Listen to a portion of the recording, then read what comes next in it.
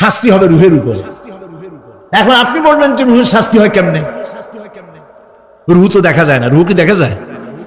রুহ সম্পর্কে প্রশ্ন করা হয়েছে, ওয়ায়াসআলুনাকা আনির রূহ কুলির রূহু মিন আমরি রাব্বি। নবী, আপনাকে প্রশ্ন করা হয় রুহ কি জিনিস, আপনি বলুন রুহ হচ্ছে আল্লাহ পাকের একটি অর্ডার। তো এই অর্ডার একটি হুকুম যার কোনো আকার নাই, এইটারে আল্লাহ শাস্তি কেমনে দেবে? এই শাস্তি আপনি এই দুনিয়ায় বুঝতে পারবেন। হঠাৎ করে আপনার গ্রেফতারি পরোয়ানা জারি হয়ে গেছে, তখন একটা টেনশন ক্রিয়েট করে। এই শাস্তিটা কোথায় হয়? বডির উপরে না রুহের উপরে? রুহের উপরে হয়। ঘুমায় আছেন, স্বপ্নে দেখতেছেন বাঘে তাড়াইতেছে, বউ কাছে শোয়া, পুলিশে তাড়াইতেছে, বাঘে তাড়াইতেছে, সাপে তাড়াইতেছে, ঘেমে ভয়, আপনি ভয়তে ঘেমে হার্টবিট এত বাড়ছে, ঘুমের থেকে জেগে বউরে ধমকাচ্ছেন যে আমারে বাঘে তাড়াইলো, তুমি একেবারে নাক ডেকে জন্মের মতো ঘুমাইতেছো। বউ তো টেরই পায় নাই, ঠিক কিনা? এই যে বাঘে তাড়াইলো, পুলিশে তাড়াইলো, সাপে তাড়াইলো, ঘুমের মধ্যে কষ্টে ঘাম বেরিয়ে গেল, এই শাস্তিটা কিছুর উপরে হইলো? রুহের উপরে। এটা আল্লাহ দেখাই দিলেন, মরার পরে এর থেকে মারাত্মক কঠিন শাস্তি রুহের উপরে হবে। তারপরে বডি বানানো হবে জাহান্নামে দেওয়ার জন্য। এগুলির ব্যাপারে আমি আলোচনা করেছিলাম চট্টগ্রামে বছর সূরা নাবার তাফসীর করেছিলাম। সূরা নাবা আম্মা ইয়াতাসাআলুন 5 দিন তাফসীর করেছি। 31 জন হিন্দু খ্রিস্টান মুসলমান হয়ে গেছে এবার চট্টগ্রামে। নবী করিম সাল্লাল্লাহু আলাইহি ওয়াসাল্লাম বলেছেন, কেউ যদি দুনিয়ায় বেঁচে থাকা অবস্থায় কিয়ামতের দৃশ্য দেখতে চায়, সেজন্য সূরা নাবা, সূরা আত-তাকবীর, সূরা নাজিআত, সূরা আল-ইনফিতার, এই সূরাগুলি যেন পড়ে, তাহলে দুনিয়ায় জীবিত থাকা অবস্থায় কিয়ামতের দৃশ্য দেখতে পারবে। ঈমানদার ব্যক্তি, যে ব্যক্তি মরার সময় মুখে উচ্চারণ করতে পেরেছে লা ইলাহা ইল্লাল্লাহু মুহাম্মাদুর রাসূলুল্লাহ, জোরে সোরে পড়েন লা ইলাহা লা ইলাহা লা ইলাহা লা ইলাহা ইল্লাল্লাহু মুহাম্মাদুর রাসূলুল্লাহ। কালেমা পড়ে মারা গেল। এরপরে কবরের ভিতরে মুনকার নাকির ফেরেশতা এসে হাজির হয়ে যাবে, প্রশ্ন করবে মান রব্বুকা। ঈমানদার ব্যক্তি বলবে রব্বি আল্লাহ। বলেন রব্বি আল্লাহ। আমার রব কে? আল্লাহ না, আল্লাহ। মোহব্বতের সাথে বলেন আল্লাহ। কেউ যদি হৃদয়ের গভীর কন্দর থেকে, কলিজার মধ্য দিয়ে, মনের মণিকোটা থেকে একবার যদি গভীর রাত্রে জেগে একবার যদি বলে আল্লাহ, আল্লাহ পাক 70 বার সাড়া দিয়ে জিজ্ঞেস করেন, বান্দা কি চাও বলো, আমি হাজির। কি মজার নাম আল্লাহ! এর থেকে মজার নাম পৃথিবীতে নাই। এই মজা বেশি পাবেন তাহাজ্জুদের সময়। সুবহানাল্লাহ বলেন। রাত জাগতে শিখুন, তাহাজ্জুদের নামাজের অভ্যাস করুন। সমস্ত নবীদের উপরে তাহাজ্জুদ পড়া বাধ্যতামূলক ছিল। গভীর রাত্রে সব ঘুমানো, আপনি জাগুন, উযু করুন, একটা রুমের মধ্যে একা চলে যান, দরজা বন্ধ করে দিন, তারপরে 6 রাকাত 8 রাকাত নামাজ পড়ে কান ধরিয়ে আল্লাহর কাছে বলতে থাকেন, আল্লাহ, আমি এই সমাজের একজন নগণ্য মানুষ, তুমি দয়া করে আমারে কত টাকা দিছো, পয়সা দিছো। আমার মতো বিদ্যা জানাওয়ালা লোকেরা রিক্সা চালায়, অফিসে চাকরি করে, খাইয়া বউরেও ভালো কাপড় দিতে পারে না। তুমি আমারে কই থেকে কই নিয়ে আসছো বাবু? তার আমি শুধু নাফরমানি করছি, গুনাহ করছি, মিথ্যা কথা বলছি। আল্লাহ তুমি আমারে মাফ করো। গভীর রাত্রে গুনগুন করে নিজের কানে ধরে অপরাধ স্বীকার করে কাঁদতে থাকেন আর ডাকতে থাকেন, ইয়া আল্লাহু ইয়া রহমানু ইয়া রহিমু ইয়া হাইয়ু ইয়া কাইয়ুম। পড়েন ইয়া আল্লাহু ইয়া রহমানু ইয়া রহিমু ইয়া হাইয়ু ইয়া কাইয়ুম। ইয়া আল্লাহু ইয়া রহমানু ইয়া রহিমু ইয়া হাইয়ু ইয়া কাইয়ুম। চোখের পানি ফেলে। নবীজি বলেছেন, আল্লাহর ভয়েতে গুনাহ করেছিল সেই লজ্জা করে, আল্লাহর ভয়েতে, জাহান্নামের ভয়েতে মানুষ যখন কান্দে, চোখের পানি নাকের অর্ধেক আসতে না আসতে আল্লাহ পাক তার মাফ করে দেন। আল্লাহ পাক, মা বাচ্চা যদি কান্দে মা সইতে পারে বলেন? মায়ের চাইতে আল্লাহর মহব্বত কম না বেশি? মহব্বতকে আল্লাহ পাক 100 ভাগ করেছেন, 1 ভাগ সারা বিশ্বের মাঝে ছড়িয়ে দিয়েছেন, আর 99 ভাগ আল্লাহ তার নিজের মধ্যে রাখছেন। 1টা ভাগ ছেড়ে দিলেন পৃথিবীতে, সেই ভাগের থেকে যেটুকুন মুরগি পেল, মুরগি তার বাচ্চা ঠেকাবার জন্য চিলের সাথে লড়াই করে, শিয়ালের সাথে লড়াই করে, গরু হাতির সাথে লড়াই করে, মানুষ তার সন্তানকে বাঁচাবার জন্য জীবনটাও দিয়ে দেয়। 1টা ভাগের যতটুকুন পেলাম, সেই মহব্বত যদি আমার এত তীব্র হয় স্ত্রীর জন্য, সন্তানের জন্য, তাহলে 99টা ভাগ মহব্বত যে আল্লাহর কাছে বান্দার জন্য, তার দয়া কত বেশি। এই জন্য কবরের ভিতরে প্রশ্ন হবে, কে তোমার রব? মুমিন ব্যক্তি বলবে রব্বি আল্লাহ, আমার রব আল্লাহ। ওয়ামা দীনুকা, তোমার দিন কি? বলবে দীনুনাল ইসলাম। ওয়ামান নবিয়ুকা, তোমার নবীকে? ওই লোক বলবে নবিয়ুনা মুহাম্মাদুর রাসূলুল্লাহ সাল্লাল্লাহু আলাইহি ওয়াসাল্লাম।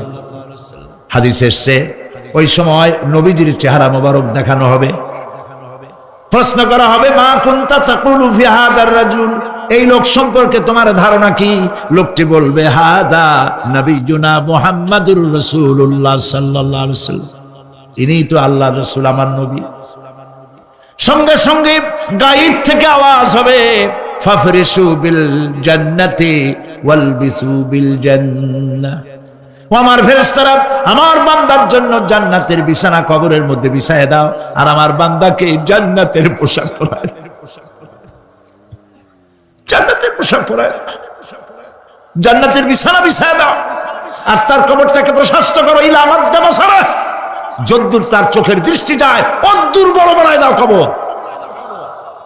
ফেরেশতারা বলবেন নম কানাউমুল উরুস, দুলামিয়া যেমন বাসর সজ্জায় বউ নিয়া ঘুমায়, তুমি আরামে ঘুমায় থাকো ইলা ইয়াউমিল কিয়ামা। ভাই সাহেব, এই পৃথিবীর সব ফাঁকিবাজি, মোহ, সব মোহ, স্ত্রী, পুত্র, পরিজন, মাল, ধন, কিচ্ছু না, কোনো দাম নাই। আল্লাহকে ভয় করুন, আল্লাহকে ভয় করে চলুন। ভয় তো করতে পারলাম না, এত বড় একটা রমজান মাস চলে গেল, রোজা আসছিল তাকওয়া সৃষ্টি করার জন্য, সারা জীবন রোজা রাখলাম, মুত্তাকি হইতে পারলাম না। এটা ঠিক কিনা বলুন? সারা জীবন রোজা রাখলাম, মুত্তাকি হইতে পারি নাই। এখনো মিথ্যা কথা বলি, ওজনে কম দেই, খাদ্যে ভেজাল দেই, কথা ঠিক কিনা? মিথ্যা কথা বলতেছেন, মিথ্যা কথা বলা কবিরা গুনাহ, মিথ্যা কথা বলা সমস্ত গুনার মা। কোথায় কোথায় মিথ্যা বলা হচ্ছে? দোকানদারি করতেছেন, কষ্ট করে মাল কিনছেন, লাভের জন্যই তো কিনছেন, মিথ্যা কোন কেন? ওজনে কম দিচ্ছেন, ভেজাল দিতেছেন, ভেজাল দিয়া কম দিয়া কয় টাকা উপার্জন করবেন? আর কতগুলি খাইতে পারবেন আপনি? চাউলের মধ্যে তুষ দিলেন, কুড়া দিলেন, পাথর দিলেন। আহারে মুসলমান, কি কপাল পোড়া! ওজন দিতে গিয়া একটু খিস দিয়া ধরে যেদিকে পাথরটা, আর মালটা যেদিকে সেদিক টিটু নিচু করে দেয়। যে কেনে সে মনে করে মাশাআল্লাহ, লোকটা তো খুব ভালো, আমার তো বেশি দিছে। কিন্তু বাড়ি যায় দেখবেন আপনারা 14 গ্রাম কম দিছে। ও 14 গ্রাম তো জায়গায় না, এখন তো গ্রাম বলে, আগে তো আমরা ছটাক মটক বলছি, এখন গ্রাম বলে সুবিধার জন্য। এগুলি কি আমি বানায় বলতেছি না? কথা ঠিক। লাভটা কি? কি লাভ? জমিনের আইল ঠেলতেছেন, পরের জমিন দখল করতেছেন, বোনেরে ঠকাইছেন, ভাইরে ঠকাইছেন, ভাইয়ের সম্পত্তি ফেরত দেন নাই। আহা, এই যে দুরবস্থার সৃষ্টি হলো, আমলের পরিবর্তন হলো না। মসজিদ বানাইছি সব দালান, মসজিদগুলি সব বিল্ডিং হয়ে গেছে। নবী করিম সাল্লাল্লাহু আলাইহি ওয়াসাল্লাম বলেছেন মাসাজিদুহুম আমিরাতুন ওয়া হিয়া খারাবুম মিনাল হুদা, মসজিদগুলি সব দালান হয়ে যাবে শেষ যুগে। এগুলি নবী করিম সাল্লাল্লাহু আলাইহি ওয়াসাল্লামের ভবিষ্যৎবাণী। মসজিদগুলি কি হবে? সব বিল্ডিং হয়ে যাবে। ওয়া হিয়া খারাবুম মিনাল হুদা, হেদায়েত থেকে খালি হয়ে যাবে। হেদায়েত নাই, খালি মসজিদ, building, tiles, mosaic, air condition সব আছে, হেদায়েত নাই। কবি বলতেছেন মসজিদ তো বানালি হে सब भर में ईमान की हरारत वालों ने मन पुराना पापी रहा बरसों में नमाजी बनना सिखा। মন চাইছে তাড়াতাড়ি করে মসজিদ একটা বানাই ফেলাইছে, কিন্তু বছর বছর নামাজ পড়লো, মন সেই পুরানা পাপী রয়ে গেছে, সেই পাপ থেকে সে বাঁচতে পারে নাই। এই জন্য বিশ্ব কবি আকবাল বলেন, মসজিদ মে মরসিয়া খায়ে কে নমাজি ন রহি, মসজিদ মে মরসিয়া খায়ে কে নমাজি ন রহি, याने वो साहिबे औसाफ हिजाजी न रही। মসজিদ আটকানতেছে, আমার সেই নামাজি কই? যেই নামাজিরা যখন নামাজ পড়তো পাখি এসে মাথার উপরে বসতো, পাখিতে বুঝতে পারতো না যেটা মানুষ না গাছ। সুবহানাল্লাহ।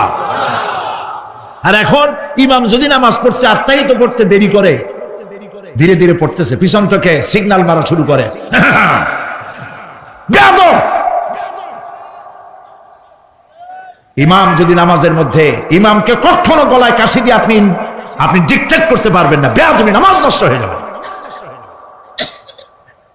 অনেকে করে কিনা বলো, ওর নিজেরটা শেষ হয়ে গেছে এই জন্য ইমাম করে না কেন, সেই জন্য কাশি দেয়। এটা ফাজলামি করার জায়গা নয়। প্রিয় ভাই সব, সুতরাং আমল যদি ভালো না হয় মসজিদ সুন্দর বানায় লাভ হবে না। আমল যদি ভালো না হয় সুন্দর জামা টুপি পরে কোনো লাভ হবে না। শরীরে হয়েছে ক্যান্সার আর মাথায় মাখতেছে লক্ষ্মী বিলাসের তেল, লাভ আছে? বলেন লাভ আছে? কোনো লাভ নাই। আমল পরিবর্তন, মিথ্যা ছাড়তে হবে, মিথ্যা ছাড়তে হবে। ওয়াদা করতে পারবেন যে মিথ্যা আর বলবো না?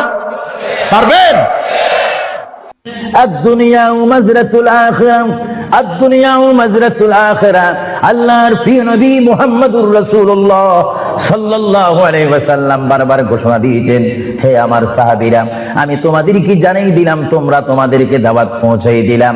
এই দুনিয়া এমন একটি দুনিয়া, যে দুনিয়া হচ্ছে আখিরাতের সঞ্চয় করার একটি স্থান। জোরে বলেন সুবহানাল্লাহ। এই দুনিয়াতে যে যাই করবে তার ফলাফল সে হাসরের ময়দানে হাতে নিবে। আর হাসরের ময়দান এমন একটা কঠিন ময়দান হবে, যে ময়দানে যদি আল্লাহর বান্দাগণ ডাইন হাতে আমলনামা পায়, সে অবশ্যই মনে করতে হবে আমার জন্য জান্নাতের দরজা অপেক্ষা করতেছে। চিৎকার দিয়ে বলেন সুবহানাল্লাহ।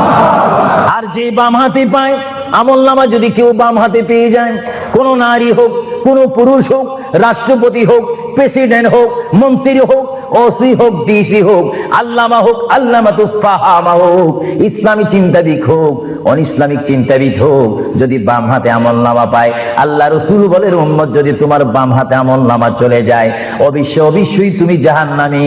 আর যদি ডান হাতে তোমার আমলনামা পেয়ে যাও, তুমি অবশ্যই মনে করবে তুমি জান্নাতি। জোরে বলেন সুবহানাল্লাহ।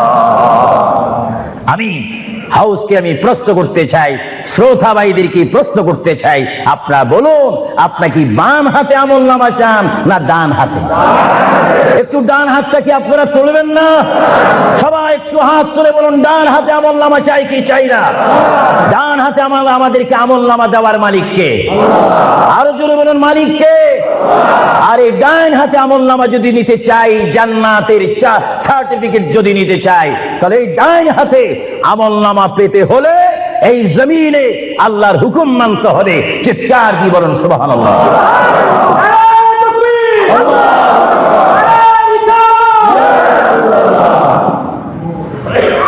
যারা আল্লাহর হুকুমকে মেনেছেন তারা হয়েছেন সাহাবায়ে কেরাম।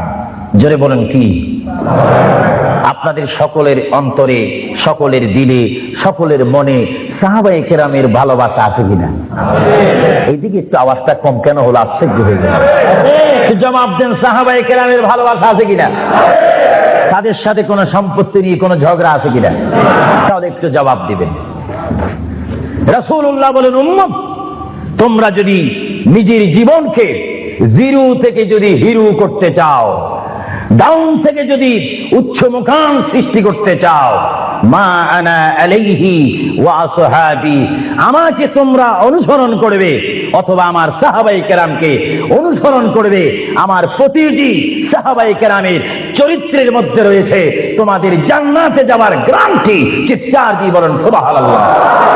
আমরা সাহাবায়ে কেরামের ভালোবাসা চাই কি চাই না? আরো জোরে বলুন, চাই কি চাই না? সাহাবায়ে কেরাম কি করে তারা সাহাবী হয়েছেন, কি করে তারা আল্লাহর হাবিবের শ্রেষ্ঠ বন্ধু হয়েছেন, এটা আমাদের জানার বিষয় রয়েছে। প্রিয় ভাইয়েরা আমার, সাহাবী বলা হয় তাদেরকে যারা রসুল মেনেছেন, সাহাবী বলা হয় তাদেরকে যারা রসুল বুঝেছেন, সাহাবায়ে কেরাম বলা হয় তাদেরকে যারা রসুল পেয়েছেন, পাওয়ার পরে যারা মানার মতো মেনেছেন, তাদেরকে বলা হচ্ছে সাহাবায়ে কেরাম। চিৎকার দিয়ে বলুন সুবহানাল্লাহ। সাহাবীরা কেমন ভালোবাসতেন আল্লাহর নবীকে, কেমন ভালোবাসতেন? ভাইরা আমার, সাহাবায়ে কেরাম আল্লাহর নবীকে কেমন ভালোবাসতেন? আল্লাহর প্রিয় নবী, দু জাহানের বাদশা নবী মুহাম্মদুর রাসূলুল্লাহ সাল্লাল্লাহু আলাইহি ওয়াসাল্লাম, তিনি মক্কা থেকে মদিনায় হিজরতে যাবেন। মাতৃভূমি থেকে মক্কা শরীফ থেকে তিনি মদিনাতুল মুনাওয়ারা শরীফে যাবেন। যাওয়ার কয়েক মাস পূর্বে আল্লাহর প্রিয় নবী, দু জাহানের বাদশা নবী মুহাম্মদুর রাসূলুল্লাহ সাল্লাল্লাহু আলাইহি ওয়াসাল্লাম, সাহাবীদের মধ্যে শ্রেষ্ঠ সাহাবী, কিয়ামত পর্যন্ত আমার রাসূলের যুগ থেকে কিয়ামত পর্যন্ত কোটি কোটি কোটি কোটি ঈমানদার মুসলমান মুত্তাকিন ফরেজগার ওলি গৌস কুতুব ফকির দরবেশ সকলের ঈমানকে যদি এক পাল্লার মধ্যে রাখা হয়, সাইয়্যিদনা আবু বকর সিদ্দিক রাদিয়াল্লাহু তাআলা আনহুর একটি রাত্রের সমতুল্য হবে না। জোরে বলেন সুবহানাল্লাহ। সমস্ত ইমানদারের ইবাদত যদি এক পাল্লাতে রাখা হয়, সাইয়্যিদনা আবু বকর সিদ্দিক রাদিয়াল্লাহু তাআলা আনহু এক রাতে যেই ভালোবাসা রাসূলকে দেখিয়েছেন, তার পরিমাণ ভালোবাসা সমগ্র সৃষ্টি জগতের মুসলমানের হবে না। চিৎকার দিবেন সুবহানাল্লাহ। সাইয়্যিদনা আবু বকর সিদ্দিককে আল্লাহ রাসূল বললেন, আবু বকর, আমি আমার মায়ের দেশ, আমি আমার বাবার দেশ, আমি আমার দাদার দেশ মক্কাতুল মুআজ্জামা, মক্কা শরীফ মাতৃভূমি ছেড়ে আল্লাহর হুকুমে কাফেরদের অত্যাচারে আমাকে এখান থেকে হিজরত করে চলে যেতে হবে। যদি আমি হিজরত করি, আবু বকর, তুমি আমার সঙ্গী হয়ে থাকবে। চিৎকার দিয়ে বলুন সুবহানাল্লাহ। আল্লাহর প্রিয় নবী কোন দিন হিজরত করবেন, কোন মাসে করবেন, কি সকাল বেলায় করবেন, না সন্ধ্যায় করবেন, না গভীর রজনীর মধ্যে করবেন, না দিনের মধ্যে করবেন, না ঠান্ডার সিজনে করবেন, না গরমকালে করবেন, না গ্রীষ্মকালে করবেন, না বসন্তকালে করবেন, কোন অবস্থায় করবেন, কোন দিন করবেন, কোন মাসে করবেন, তার নির্দিষ্ট করে বলেনি। আল্লাহর প্রিয় নবী, দু জাহানের বাদশা নবী মুহাম্মদুর রাসূলুল্লাহ হিজরত করার টাইমে সাইয়্যিদানা আলী রাদিয়াল্লাহু তাআলা আনহুকে ডাক দিয়ে বলে, আলী, আমি হিজরত করব, আমি রাত্রের আধার অবস্থার মধ্যে মাতৃভূমি ছেড়ে চলে যাব। আলী, তুমি আমার বিছানার মধ্যে শুয়ে থাকবে, কম্বলখানা গায়ে দিয়ে শুয়ে থাকবে। আলী, কাফেররা তোমাকে মারার জন্য চেষ্টা করবে, কিন্তু তোমাকে মারতে পারবে না। আলী, আমি যাওয়ার টাইমে অনেকের আমানত টাকা পয়সা আমার কাছে রয়েছে, আমি তোমার হাতের মধ্যে দিয়ে দিলাম। সকাল যখন হয়ে যাবে, তুমি তাদের আমানতগুলা তাদের কাছে পৌঁছাই দিবে। এতে প্রমাণ হলো হযরত আলী যদিও নবীর বিছানার মধ্যে ঘুমিয়ে যায়, তারপর আলীকে মারা যাবে না, যেহেতু যদি আলী মরে যাইতেন, আলীর নিকটে আমার নবী আমানত রাখতেন না। জোরে বলেন সুবহানাল্লাহ। আরো জোরে বলেন সুবহানাল্লাহ। তাহলে কাফেররা যে আলীকে মারতে পারবেন না, এটা নবী জানে কি জানে না? আওয়াজটা ডাউন হয়ে গেল। উচ্চ সুরে বলেন, নবী জানে কি জানে না? নবীকে জানার ক্ষমতা দিয়েছেন কে? কারণ নবীর টিচার তো কোনো ব্যক্তি নয়, নবীর টিচার কোনো ফেরেশতা নয়, নবীর শিক্ষক কোনো মানুষ নয়, নবীর শিক্ষক একমাত্র হচ্ছে আল্লাহ। জোরে বলুন কে? আরো জোরে বলুন কে? আল্লাহ যার শিক্ষক, তার এলেমের কি কমতি আছে নাকি? হযরত আলী জীবনকে ভয় না করে তিনি রাসূলুল্লাহ পালঙ্কের মধ্যে তিনি শুয়ে পড়লেন, বিছনার মধ্যে শুয়ে পড়লেন। যখন শুয়ে পড়ল, কাফেররা প্রবেশ করে দেখেন ওই চকির মধ্যে নিশ্চয়ই মুহাম্মদ ঘুমিয়ে আছে। বলেন সাল্লাল্লাহু আলাইহি ওয়াসাল্লাম। কম্বলখানা উঠি তারা দেখলেন মুহাম্মদের স্থানে শুয়ে আছেন শের খোদা হযরত আলী। কাফেররা বলল, আলী, আমরা তো ইচ্ছা করলে তোমাকে জবা করে দিতে পারি বা তোমাকে জমাই করে দিতে পারতাম। আলী, তুমি কেন এই বিছনার মধ্যে শুয়ে আছো? হযরত আলী চোখের পানি ছেড়ে বলে, হে কাফেররা, তোমরা এখনো পর্যন্ত আমার হাবিবকে চিনতে পারোনি, আমার নবীকে চিনতে পারোনি। আমার নবী শুধু এখানে আমাকে শোয়াইছেন, ঈমান পরীক্ষা করেছেন। শুধু তাই নয়, আগামী দিন সকাল বেলায় মানুষের আমানতের জিনিস মানুষের কাছে পৌঁছে দেওয়ার জন্য রাসূলুল্লাহ তাও আমাকে বলেছেন। তাহলে বুঝা গেল, একদিকে আমি রাসূলুল্লাহর পেটের মধ্যে ঘুমাবো, আর সকাল বেলায় আমি উঠে মানুষের আমানত তাদের হাতে পৌঁছাই দেব। জোরে বলেন সুবহানাল্লাহ, বলেন আল্লাহু আকবার, আরো জোরে বলুন আল্লাহু আকবার। মহান নবীকে এত সুন্দর করে পৃথিবীতে পাঠিয়েছেন আল্লাহ। জোরে বলেন কে? তাহলে ভাইয়েরা আমার, কেউ যদি আমাকে মারতে আসে আর আমি যদি জানি আমার পালকের মধ্যে যদি আমি শুয়ে থাকি, কেউ আমাকে জবা করে দিবে, আর এই টাইমে যদি আমার ভাইকে যদি আমি বলি, বিশেষ করে সভাপতিকে যদি বলি, আপনি একটু আমার পালকে ঘুমান, উনি বলবে আমার সভাপতির প্রয়োজন নেই, আমার জান বাঁচা ফরজ, বসবে না, থাকবে না। আর সাহাবায়ে কেরাম জেনে শুনে মেনে ইচ্ছা করে নিজের জীবন প্রতি মুহূর্তে মুহাম্মদ রাসূলুল্লাহ চরণের মধ্যে দেওয়ার জন্য প্রতি ওয়াক্তে প্রস্তুত ছিল। চিৎকার দিয়ে বলেন সুবহানাল্লাহ। আল্লাহর পেয়ারা নবী হিজরত তিনি শুরু করলেন। আল্লাহর পেয়ারা নবী মায়ের দেশ মক্কা শরীফ থেকে আল্লাহর নবী চলে যাচ্ছেন। চলে যাওয়ার টাইমে সাইয়্যিদানা আবু বকর সিদ্দিকের ঘরের মধ্যে গেলেন। সাইয়্যিদানা আবু বকর সিদ্দিক রাদিয়াল্লাহু তাআলা আনহু ঘরের দরজার মধ্যে আল্লাহর প্রিয় নবীকে ডাক দিলেন, ইয়া আবু বকর, ইয়া আবু বকর, ইয়া আবু বকর করে যখন ডাক দিলেন, সাইয়্যিদানা আবু বকর সিদ্দিক রাদিয়াল্লাহু তাআলা আনহু একটা সেকেন্ড দেরি না করে সঙ্গে সঙ্গে বললেন, ইয়া রাসূলুল্লাহ, ইয়া রাসূলুল্লাহ। আল্লাহর পেয়ারা নবী চক্ষু মোবারকের পানি মোবারক ছেড়ে দিলেন, আবু বকর, তুমি রাত্রে এমন সময় আমি এসেছি, নিশি রজনীর মধ্যে এসেছি, যে টাইমে মানুষ একটু ঘুমায়, ওই ঘুমের টাইমে তোমার ঘরের দরজার মধ্যে এসে তোমাকে ডাক দিলাম। বেড থেকে ঘুম থেকে উঠতে তো তোমার 2-3 মিনিটের প্রয়োজন, কিন্তু আমি নবী তোমাকে ডাক দেওয়ার সঙ্গে সঙ্গে তুমি কি করি ইয়া রাসূলুল্লাহ বলতে পেরেছো? হযরত আবু বকর চোখের পানি ছেড়ে বলে, হুজুর, আপনি আপনার সঙ্গে আমাকে হিজরতের কথা বলেছেন, কোন দিন হিজরত করতে হবে তা আপনি নির্দিষ্ট বলেন নেই। হুজুর, আজকে কয়েক মাস অতীত হয়ে গেল আমার জীবনের মধ্যে আরামের ঘুমকে হারাম করে দিয়ে রাত যখন হয়ে যায় আমার পিঠটা দরজার সাথে লাগিয়ে, আমার কানটা দরজার সাথে লাগিয়ে রাখতাম।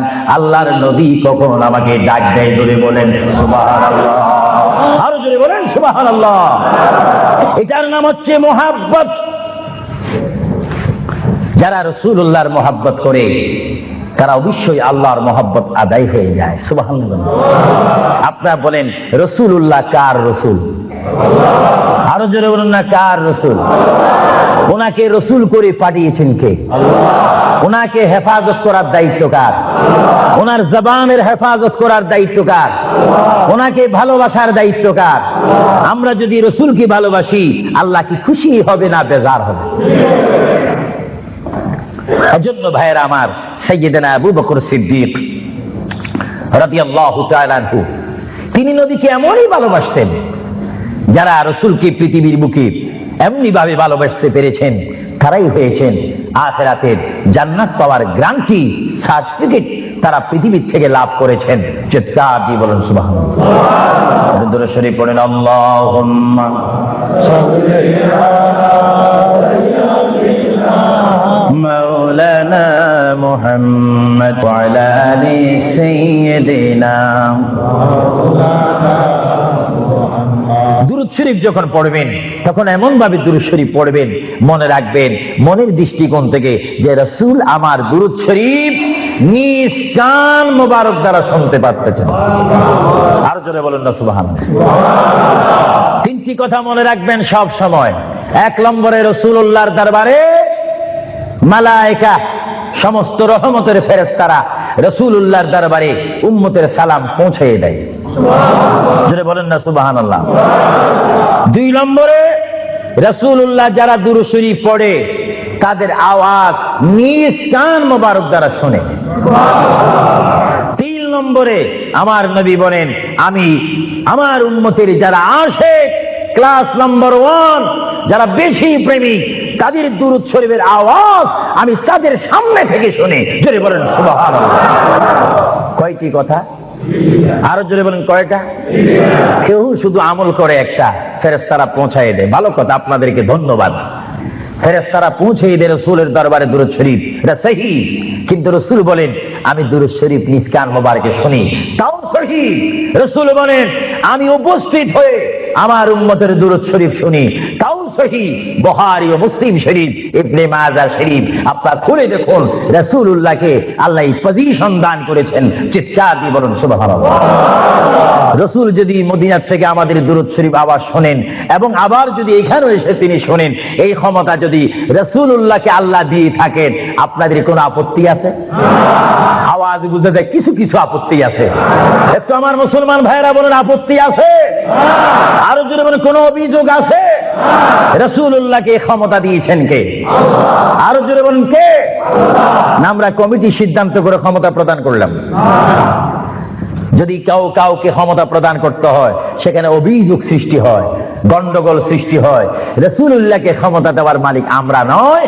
রাসূলুল্লাহকে ক্ষমতা দিয়ে পরিপূর্ণ ক্ষমতাবান করে আল্লাহ রাব্বুল আলামিন এই গোটা জমিনকে উজালা করার জন্য আল্লাহর পক্ষ থেকে তাকে পাঠানো হয়েছে। চিৎকার দিয়ে বলুন সুবহানাল্লাহ। সাইয়্যিদনা আবু বকর সিদ্দিক রাসূলুল্লাহকে ভালোবেসেছেন। আপনারা জানেন মুহাম্মদ রাসূলুল্লাহকে ভালোবাসলে উম্মতের কি অবস্থা হয়। আপনারা যারা মক্কা শরীফ গিয়েছেন, হজ করেছেন, সেখান থেকে আপনারা গিয়েছেন বিশ্বের শ্রেষ্ঠতম দামিময় শহর, বিশ্বের শ্রেষ্ঠতম উজ্জ্বল শহর, যেই শহরে পা রাখা মাত্র 50,000 সওয়াব আল্লাহ রাব্বুল আলামিন উম্মতের আমলনামায় প্রদান করে দেন।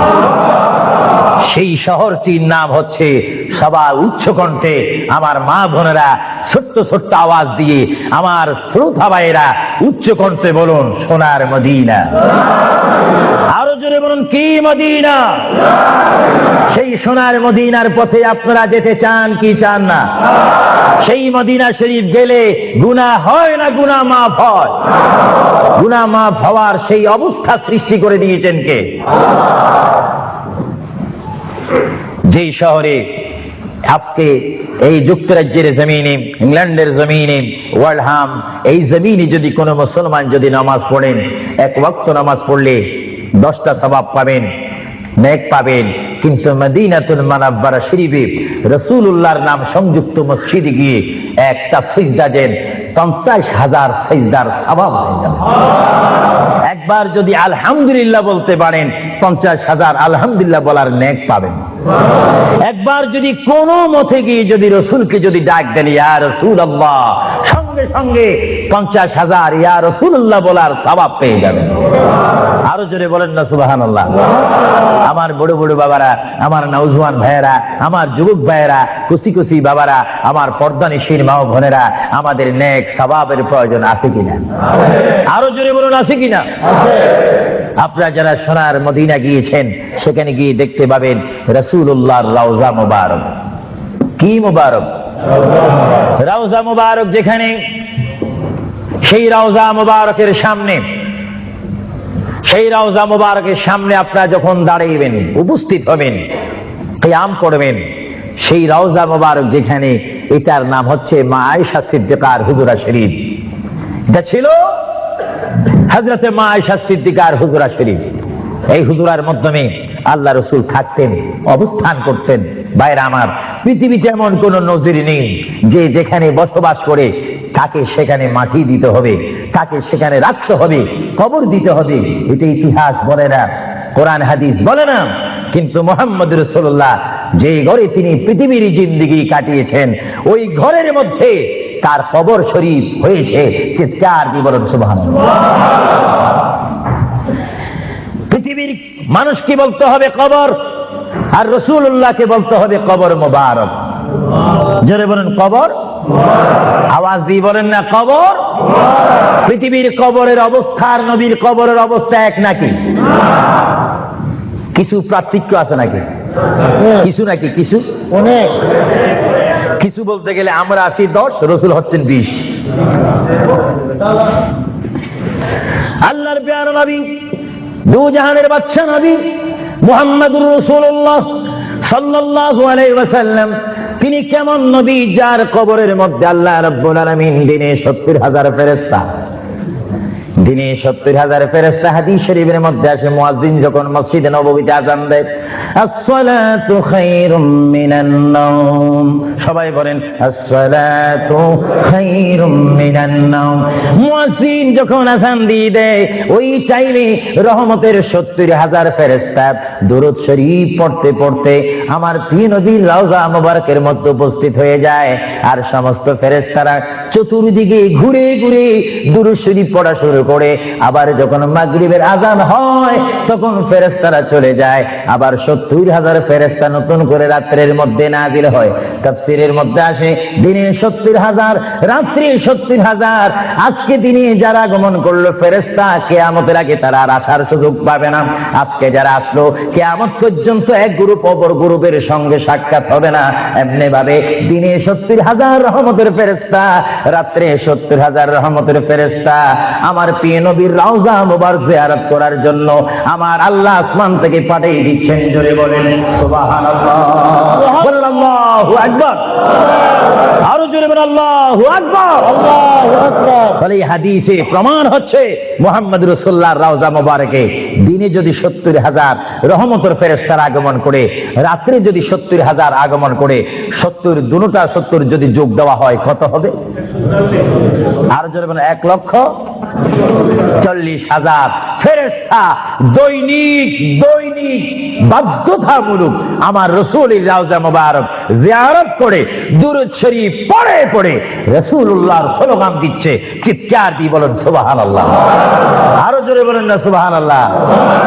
আপনারা সেই সোনার মদিনার রাসূলের কদম মোবারকে যেতে চান কি চান না? আরো জোরে বলেন চান কি চান না? রাসূলের কদমে গেলে গুনাহ হয় না, গুনাহ মাফ হয়। এটা দরুদ শরীফ পড়েন, বালাগাল উলা বিকামালিহি কাশাবাদ দুজা বিজামালিহি হাসানাত জামিউ খিসালিহি সাল্লু আলাইহি নাকিহিতা খুদা তুজকো। আল্লাহর প্রিয় নবী মুহাম্মদ রাসূলুল্লাহ সাল্লাল্লাহু আলাইহি ওয়াসাল্লামের রওজা মুবারকে তিনি শুয়ে আছেন। তাহলে বোঝা গেল তিনি এখন জাহিরি ভাবে পৃথিবীতে নাই, তিনি এখন কবর মুবারকে রয়েছে। চিৎকার দিয়ে বলুন সুবহানাল্লাহ। কোথায় রয়েছে? আরো জোরে বলুন কবর। আপনাদেরকে একটি প্রশ্ন করে জবাব চাই, আপনারা বলুন মক্কা শরীফ আল্লাহর ঘরের সাথে একটি পাথর আছে কিনা? যে পাথরে চুমা দিলে কি গুনাহ হয় না, গুনাহ মাফ হয়? আওয়াজে বুঝা যায় কিছু কিছু গুনাহ হয়। জোরে বলেন গুনাহ হয় না, গুনাহ মাফ হয়? ওই পাথরটির নাম কি? আসওয়াদ পাথর। মূলত ওই পাথরটি হচ্ছে একটি ফেরেশতা। এখানে চুমা দিলে গুনাহ মাফ হয়। আপনারা বলেন লন্ডনের জমিন বলেন, ওয়ালহাম বলেন, ম্যানচেস্টার বলেন, নর্থহ্যাম্পটন বলেন, নিউ কাসেল বলেন, এই জায়গাও যথেষ্ট পরিমাণ বড় বড় পাথর আছে কিনা? আরো জোরে বলে আছে না? সাগরের পাড়ে গেলে অনেক পাথর দেখা যায় না? কিন্তু পাথরে কোনোদিন কি আপনারা চুমা দিয়েছেন? আল্লাহ আমার গুনাহটা মাফ করে দাও। মক্কা শরীফের পাথরটা একেবারে ছোট, এটা তো দেখতে বড় দেখা যায়, চুমা দিলে গুনাহ মাফ হবে? বরং সেই পাথরে চুমা দিতে গিয়ে দাঁত অ্যাক্সিডেন্ট হওয়ার সম্ভাবনা আছে। কিন্তু আসওয়াদ পাথরে চুমা দিলে জীবনের গুনাহ কি হয়ে যায়? হ্যাঁ, আসওয়াদ পাথর, তোমার মধ্যে কি গুণ, তোমার মধ্যে কি ফায়দা রয়েছে, তোমার মধ্যে কি আকর্ষণ রয়েছে, তোমার মধ্যে কি পাওয়ার রয়েছে, তোমার মধ্যে কি নূর রয়েছে, স্পিরিট রয়েছে, এই পাথর তোমার থেকে আমরা জানতে চাই। পাথরটি জবাব দিবে, আমার ব্যক্তিগত কোনো গুণ নেই, আল্লাহর প্রিয় নবী, দু জাহানের বাদশা নবী মুহাম্মদুর রাসূলুল্লাহ, আমি পাথরের গায়ে চুমা দেওয়ার কারণে কিয়ামত পর্যন্ত যত মুসলমান আমার গায়ে চুমা দিবে তাদের গুনাহগুলি আমি চুম্বকের মতো চষে নেব। জোরে বলেন সুবহানাল্লাহ, বলেন আল্লাহু আকবার। তাহলে মুহাম্মদুর রাসূলুল্লাহ যে পাথরে চুমা দিয়েছে, সেই পাথরে চুমা দিলে গুনাহ হয় না গুনাহ চলে যায়? আরো জোরে বলেন গুনাহ। যদি পাথরকে রাসূল পাক হাত দেওয়ার কারণে পাথরের যদি এত গুণ হয়, এত স্পিরিট হয়, এত গুণগান হয়, আর সেই রাসূলের দরবারে যদি আপনি উপস্থিত হয়ে ইয়া রাসূলুল্লাহ করে ডাক দেন, আপনার গুনাহ মাফ হওয়ার ব্যবস্থা আছে কিনা? আরো জোরে বলেন আছে কিনা? আমার আল্লাহ বলেন, হ্যাঁ পৃথিবীর মানুষ, হ্যাঁ আমার বান্দারা, তোমরা দুনিয়ার মধ্যে গিয়েছো, আমি তোমাদেরকে দুনিয়ার মধ্যে পাঠাইলাম। পাঠাইবার পরে আমি জানি তোমরা অনেক অন্যায় পথে যাবে, অনেক কাজ করবে, যে কাজগুলোর মধ্যে তোমাদের গুনাহ হয়ে যাবে। হ্যাঁ বান্দা, তোমরা গুনাহ করবে তাও আমি ভালো মতো জানি, তোমরা পাপ করবে তাও আমি ভালো মতো জানি।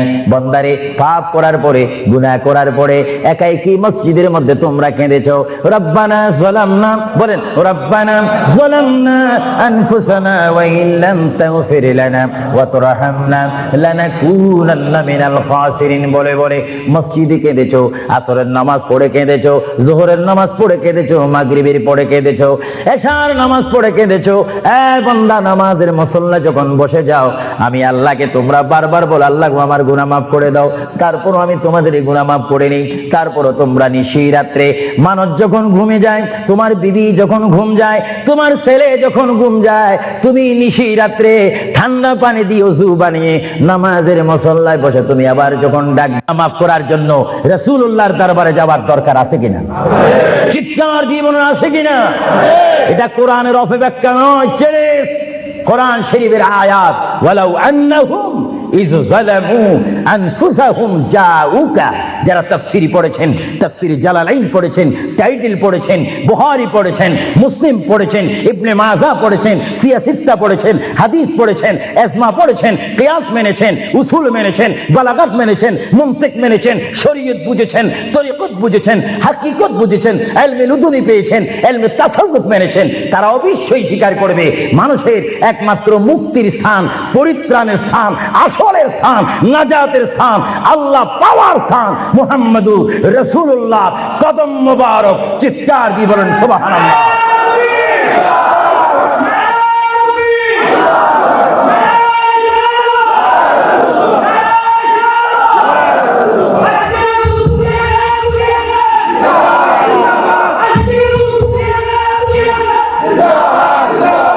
আপনারা সেই রসুল চান কি চান না?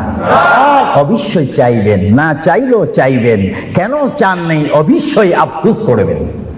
কারণ পৃথিবীতে সন্তান রয়েছে, বিবির জন্য স্বামী রয়েছে, স্বামীর জন্য বিবি রয়েছে, সন্তানের পাশে মা রয়েছে, মায়ের পাশে সন্তান রয়েছে। এটার নাম দুনিয়া। আর দুনিয়া ও মাজরাতুল আখিরা। কিন্তু এই দুনিয়া যেই দিন জীবনের সমাপ্তি, বিদায় ঘন্টা বেজে যাবে, সেই দিন সন্তান ইচ্ছা করে মায়ের পা ছেড়ে দিবে, পিতা তার মায়ের সামনে থেকে চলে যাবে, এমনি ভাবে সবাই বিচ্ছিন্ন হয়ে যাবে, সব চলে যাবে। একমাত্র সাথী হবে, আপন হবে, বন্ধু হবে, কবরের সঙ্গী হবে। সবাই বলেন মুহাম্মাদুর। আরো জোরে বলেন না মুহাম্মাদুর। আপনারা সেই রসুল চান কি চান না? সেই রসুলের চরিত্রের মধ্যে উম্মতে রক্ষা পাওয়ার গ্যারান্টি আছে কিনা? এটা দরুদ শরীফ পড়েন, আল্লাহুম্মা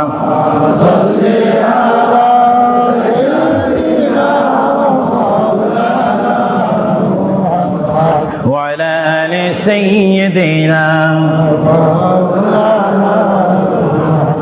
ভাইরা আমার, মহান রব্বুল আলামিনের কোরআনুল কারীম থেকে আমি একখানা আয়াত আপনাদের সামনে আবার পড়ে শোনাচ্ছি। আমরা যারা এখানে উপস্থিত রয়েছি, আমাদের সকলের জীবনের সাথে সঙ্গে সঙ্গে রয়েছে মওত। জোরে বলুন কি? মরণ। মরণ মানে নড়াচড়া নাই, কথা নাই, শক্তি দেখাইবার ক্ষমতা নাই, চিৎকার দেওয়ার কোনো আওয়াজ নাই। এটার নাম কি? মৌত। আমার আপনার এই বডি থেকে, দেহ থেকে, শরীর থেকে, জিসিম থেকে প্রাণ পাখি চলে যাবে, রূহ। সেই রূহ যখন আমাদের সামনে থেকে, ভিতর থেকে চলে যাবে, তখনই আমাদেরকে ঘোষণা করা হবে মরহুম।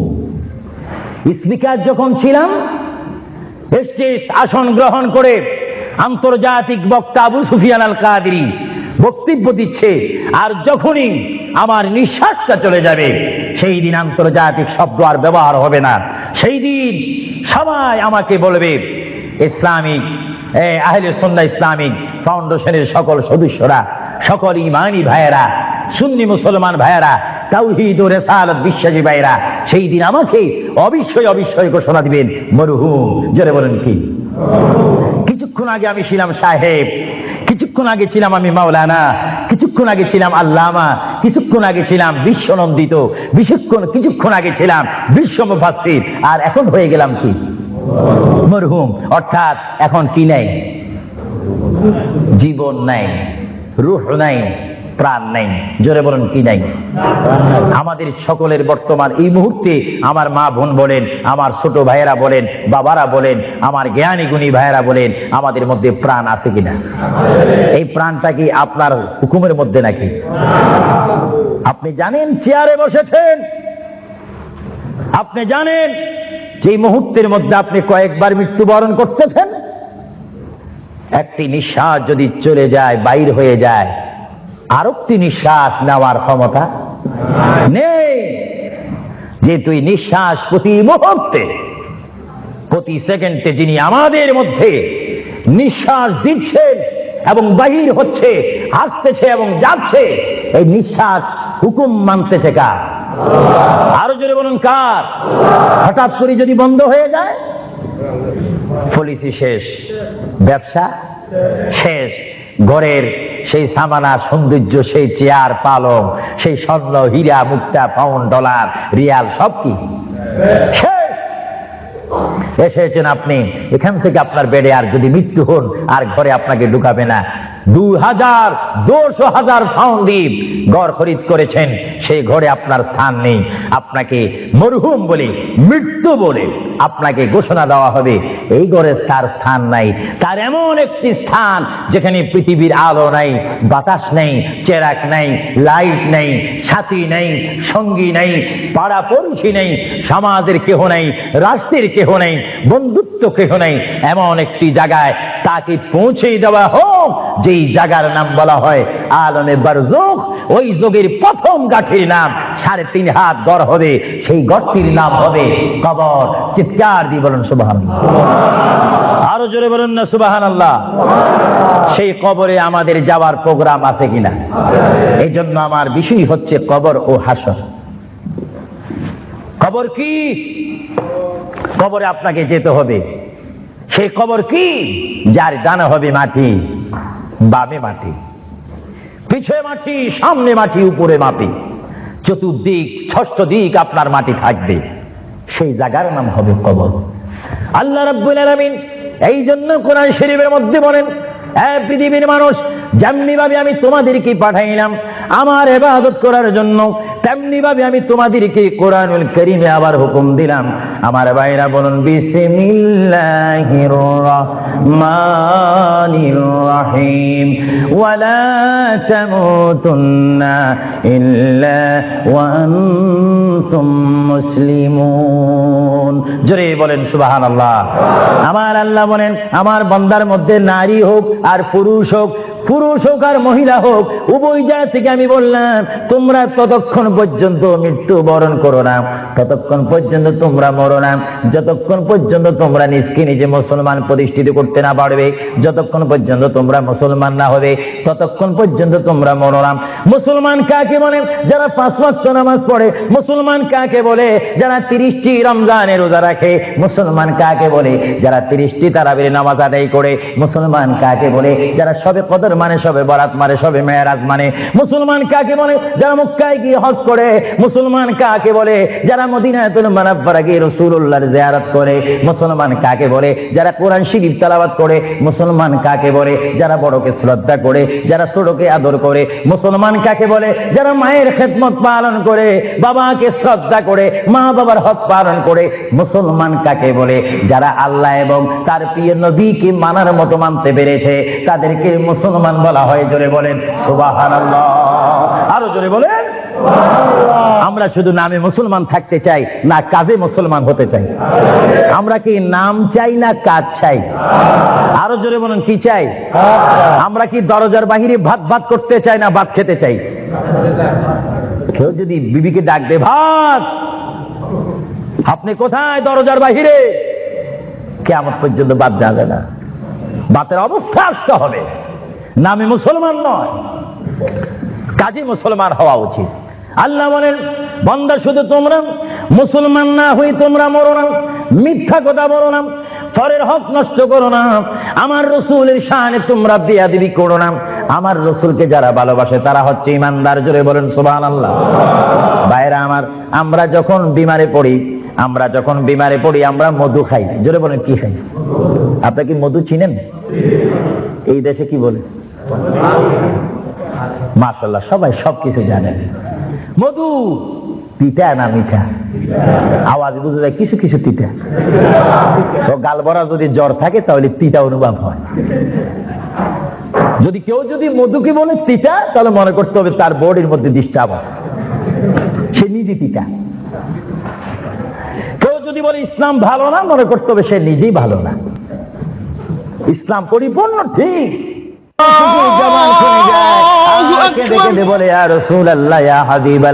আমরা 100 প্রকার ফুল হোক, 10 প্রকারের ফুল হোক, সমস্ত ফুল থেকে ঘ্রাণ লাভ করে যখন একসাথে আমরা রাখি, রাখার পরে আপনি রাসূলের উপরে দরুদ শরীফ পড়ি, পড়া মাত্র এটা মধু হয়ে যায়। জোরে বলেন সুবহানাল্লাহ।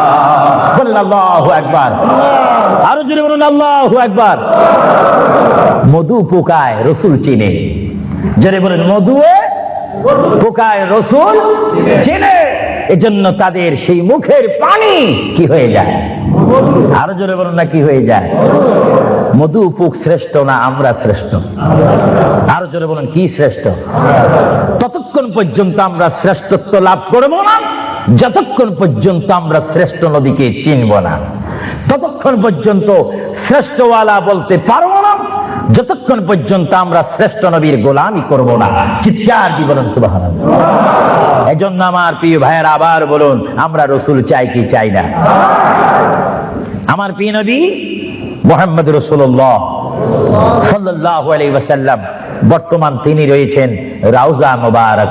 জোরে বলেন রওজায়ে। যে রওজা মুবারকের মাটি হচ্ছে আরশ আজিম চাইতে অনেক গুণে দামি। আর জোরে বলুন না সুবহানাল্লাহ। কারণ রাসূলুল্লাহ সাল্লাল্লাহু আলাইহি ওয়াসাল্লামের দাম আরশ আজিম চাইতে কম না বেশি? কেন বেশি? আরশ আজিমকে যদি প্রশ্ন করা হয়, কুরসিকে যদি প্রশ্ন করা হয়, লৌহে কলমকে যদি প্রশ্ন করা হয়, তোমাদেরকে যদি প্রশ্ন করে জানতে চাই তোমরা কি বলতে চাও? তোমাদেরকে আল্লাহ রাব্বুল আলামিন কি দ্বারা সৃষ্টি করেছে? লৌহে কলম আরশ আজিম সবকিছু জবাব দিবে। বেহেশত দোজখ থেকে জবাব আসবে। আমাদেরকে আল্লাহ নবীজির পাসিনা গাম থেকে তৈরি করেছে। জোরে বলেন সুবহানাল্লাহ। আমার প্রিয় নবী মুহাম্মদ রাসূলুল্লাহ যেখানে শুয়ে আছেন সেটা হচ্ছে আরশের চাইতে আরো বেশি দামি রওজায়ে মুবারক। এই রওজা শরীফে রাসূলুল্লাহ যাওয়ার আগে আল্লাহ রাব্বুল আলামিন আমার প্রিয় নবীর কাছে মালাকুল মউত আজরাইল আলাইহিস সালামকে পাঠাইলেন। চিৎকার দিয়ে বলুন সুবহানাল্লাহ। আপনাদের কাছে আজরাইল আসবে, আবু সুফিয়ান আল কাদরির কাছে আসবে, ইংল্যান্ডের জমিনে, যুক্তরাজ্যের জমিনে, ফ্রান্সের জমিনে, ইতালির জমিনে, বেলজিয়ামের জমিনে, আমেরিকার জমিনে যারা বর্তমান রয়েছেন, বিশেষ করে আমরা যারা এই মুহূর্তে লন্ডনের জমিনে, যুক্তরাজ্যে রয়েছে, বাংলাদেশে যারা রয়েছে, সকলের কাছে আজরাইল ইসলাম যাওয়ার প্রোগ্রাম আছে কিনা? আরো জোরে বলেন আছে কিনা? যাওয়ার পরে কি কিছু আলোচনা করবে, কিছু মত বিনিময় করবে? জনাব সাহেব কেমন আছেন?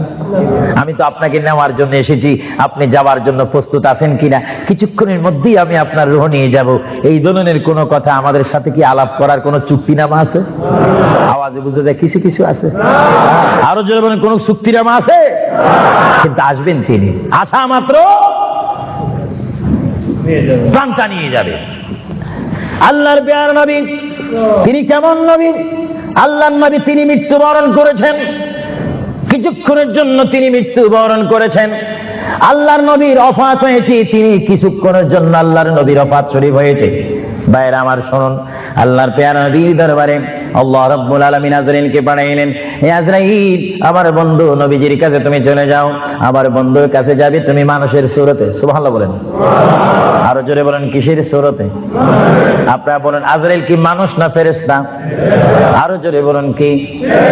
এখন মানুষের সুরত ধরার কারণে কি সব সময় মানুষ বলবেন নাকি? মানুষ বলা যাবে না। আল্লাহ বলে, আজরাইল, মালাকুল মাউত, আমার বন্ধুর কাছে তুমি চলে যাও।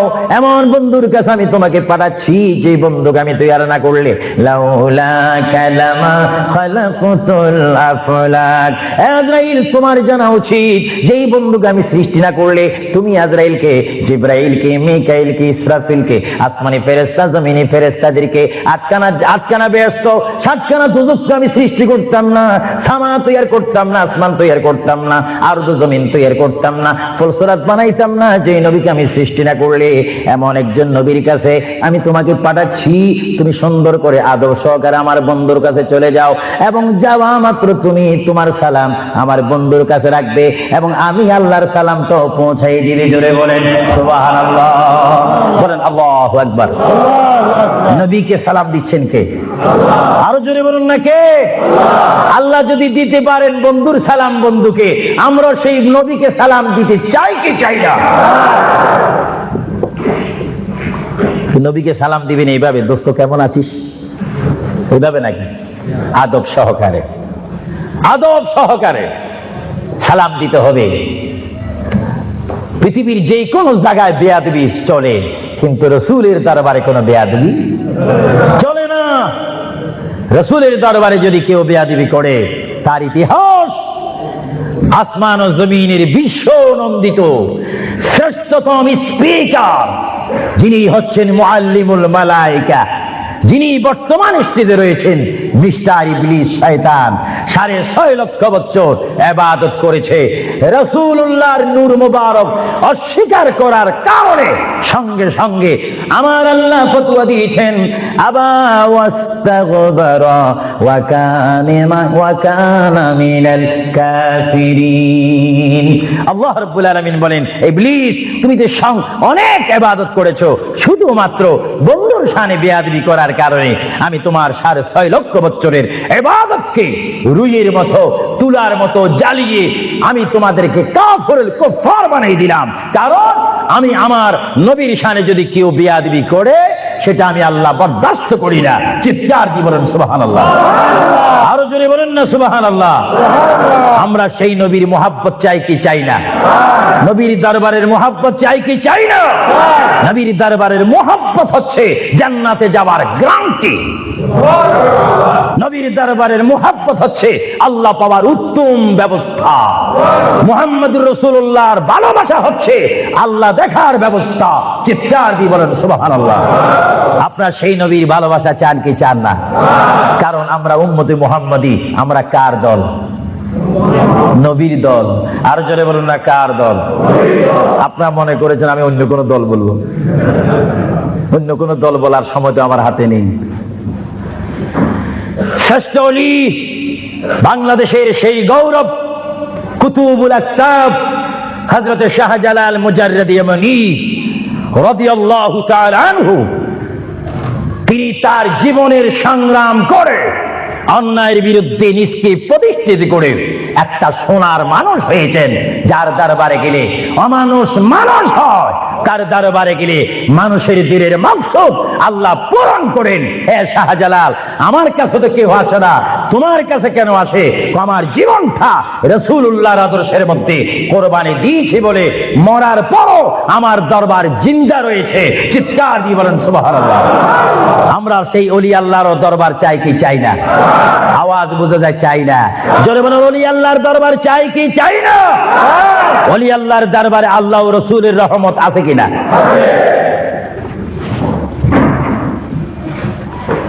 কি বলতেছিলাম ভাইয়েরা আমার? আল্লাহর প্রিয় নবী, দু জাহানের বাদশা নবী মুহাম্মদুর রাসূলুল্লাহর দরবারে আজরাইল আলাইহিস সালাম আসলেন।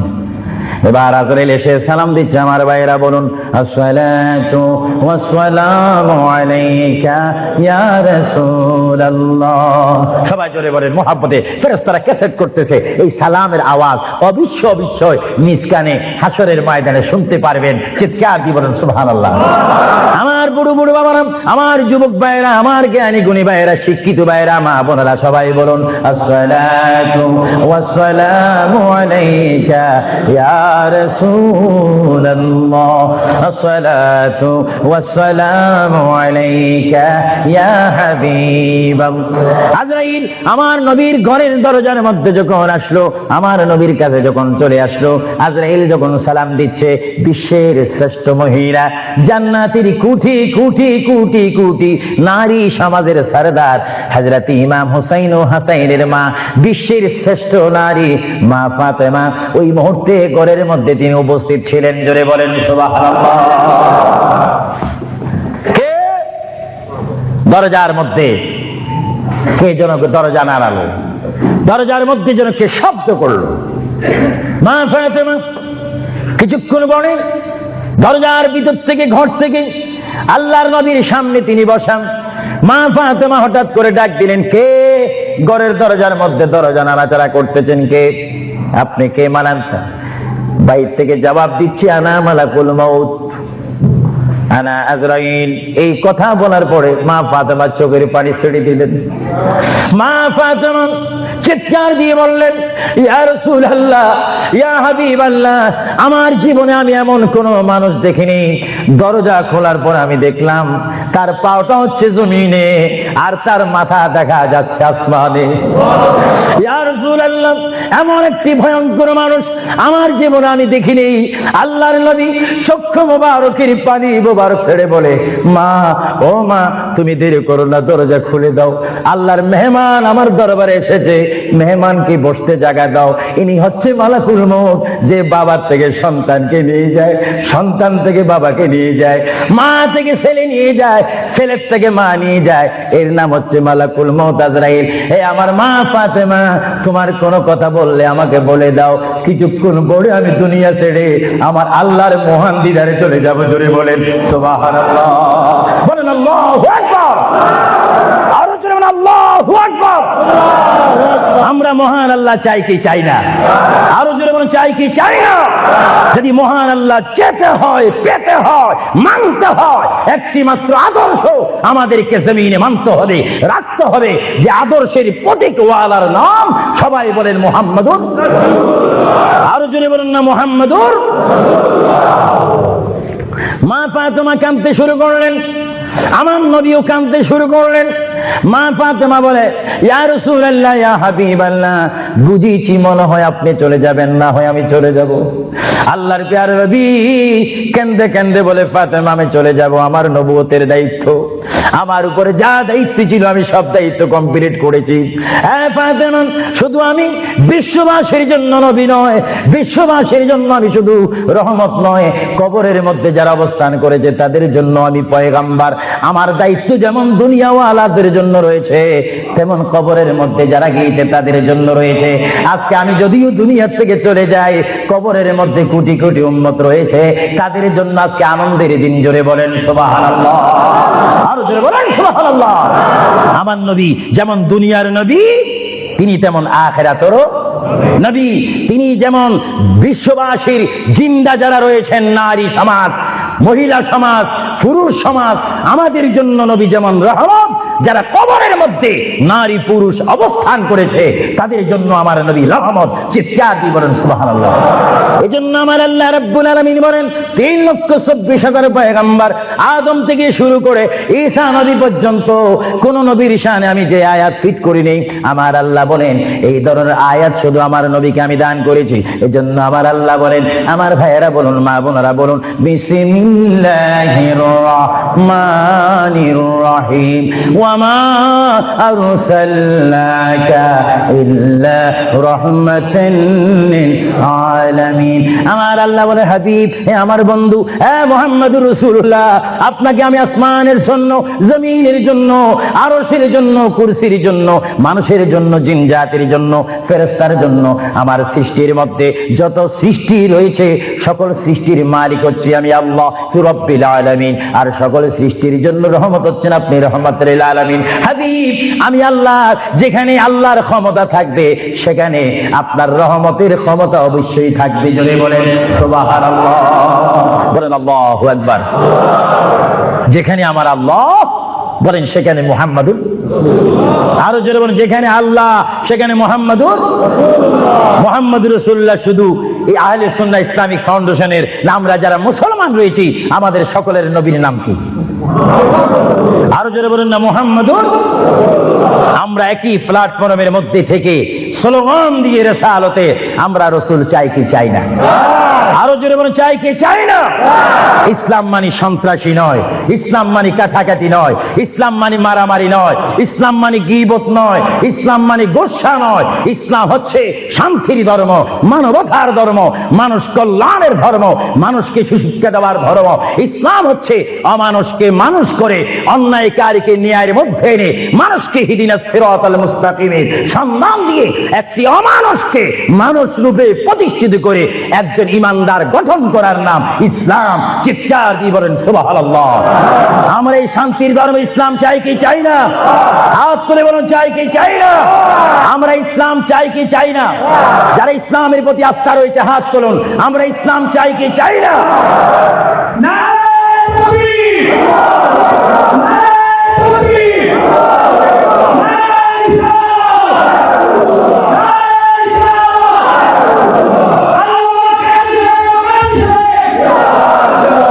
প্রিয় ভাইয়ের আমার, মুহাম্মদ রাসূলুল্লাহর দরবারে মালাকুল মউত অবস্থান করেছেন, উপস্থিত হয়েছেন, এসে গেল আল্লাহর প্রিয় নবী মুহাম্মদ রাসূলুল্লাহ সাল্লাল্লাহু আলাইহি ওয়াসাল্লাম।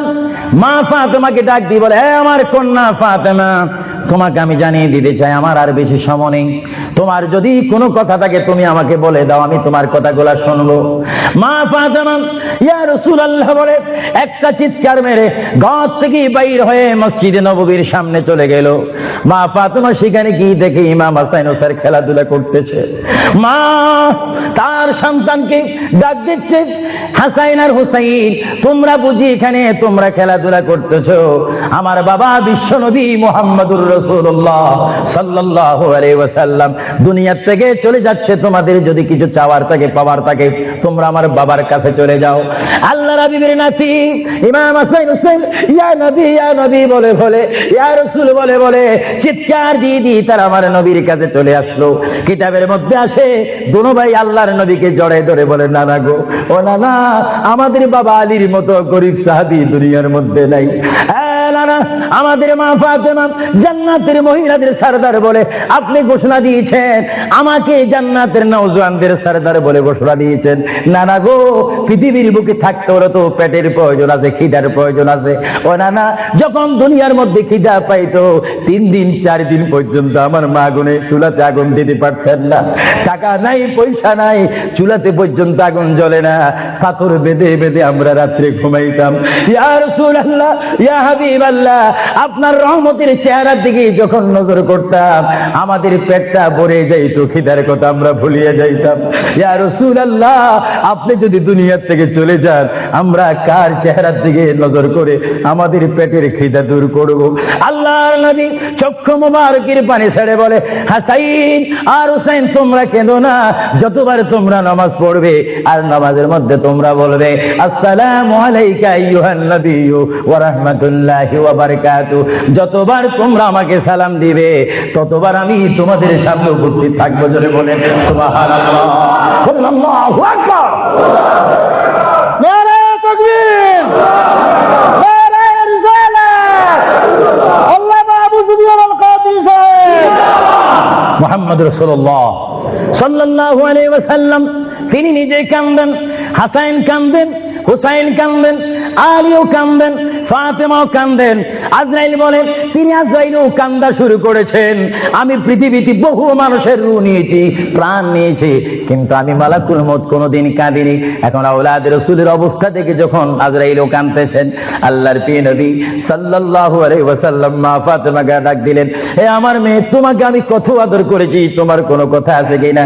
মা ফাতেমা প্রশ্ন করলেন, ইয়া রাসূলুল্লাহ, আপনি তো দুনিয়া থেকে চলে যাবেন, দুনিয়া থেকে চলে যাওয়ার পরে এই জায়গাটার নাম হচ্ছে কবর, কবরের পরে একটা জায়গা হবে হাসর। এই হাসরের ময়দানে কোটি কোটি উম্মত, মা ব্যতীত, বাবা ব্যতীত, আত্মীয় স্বজন ব্যতীত অসহায় হয়ে মানুষ নফসি নফসি করবে, মানুষ নিজের ঘামে নিজেরা সাঁতার কাটবে। ইয়া রাসূলুল্লাহ, ওই বিশাল বড় সূর্যের চাপ মাথার উপরে থাকবে, ওই কঠিন মুসিবতের সময় আমরা আপনাকে কোথায় পাবো? আল্লাহর নবী কেঁদে কেঁদে বলেন, এ ফাতেমা, আমি তোমাকে জানিয়ে দিলাম, হাসরের ময়দানে তোমরা আমাকে একটি জায়গায় পাবে, যে জায়গার নাম হচ্ছে মিজান, যেখানে আমার উম্মতের নেক এবং বদি ওজন হবে। ওইখানে আমি নবী দাঁড়িয়ে থাকবো, আমার উম্মতকে যেন ফেরেশতারা জাহান্নামে নিতে না পারে। জোরে বলেন সুবহানাল্লাহ।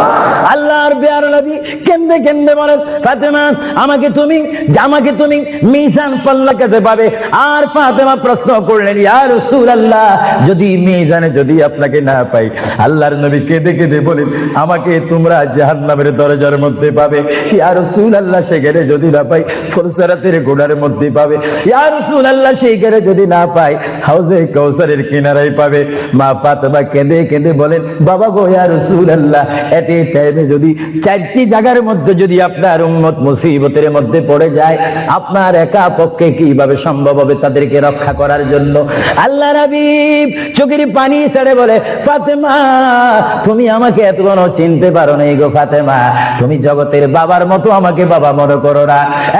ফাতেমা, আকাশে যখন বৃষ্টি হয়, ওই বৃষ্টি পড়ার আগে আকাশে বিজলি মারে ঝিলিক মিলিক করে। ফাতেমা, আমার উম্মত গুনাহগারকে আমি রক্ষা করার জন্য বিজলির মতো হাসরের ময়দানে দৌড়াদৌড়ি করব, একটা উম্মত তো আমি জাহান্নামে যাইতে দেব না। করে বলেন সুবহানাল্লাহ, আরো জোরে বলেন সুবহানাল্লাহ, নারে তাকবীর, নারে রিসালাত। ভাইরা আমার প্রিয় নবী মুহাম্মদ রাসূলুল্লাহ সাল্লাল্লাহু আলাইহি ওয়াসাল্লাম আমাদেরকে সুপারিশ করার ক্ষমতা আছে কিনা? আওয়াজ দিয়ে যারা পিছে রয়েছেন, ডানে রয়েছেন, বামে রয়েছেন, যারা আমার উপস্থিত অনেক ভাইয়েরা রয়েছেন, সবাই আওয়াজ দিয়ে বলেন, মুহাম্মদ রাসূলুল্লাহ আমাকে আপনাকে সুপারিশ করার সেই ক্ষমতা রাসূলের কাছে আছে কিনা? জোরে বলেন, আছে কিনা? ডাইন হাত করে বলেন, আখিরাতের ভিডিও হচ্ছে, রাসূলের সুপারিশ করার ক্ষমতা আছে কিনা? রাসূলকে অধিকার দিয়েছেন কে? নারে তাকবীর,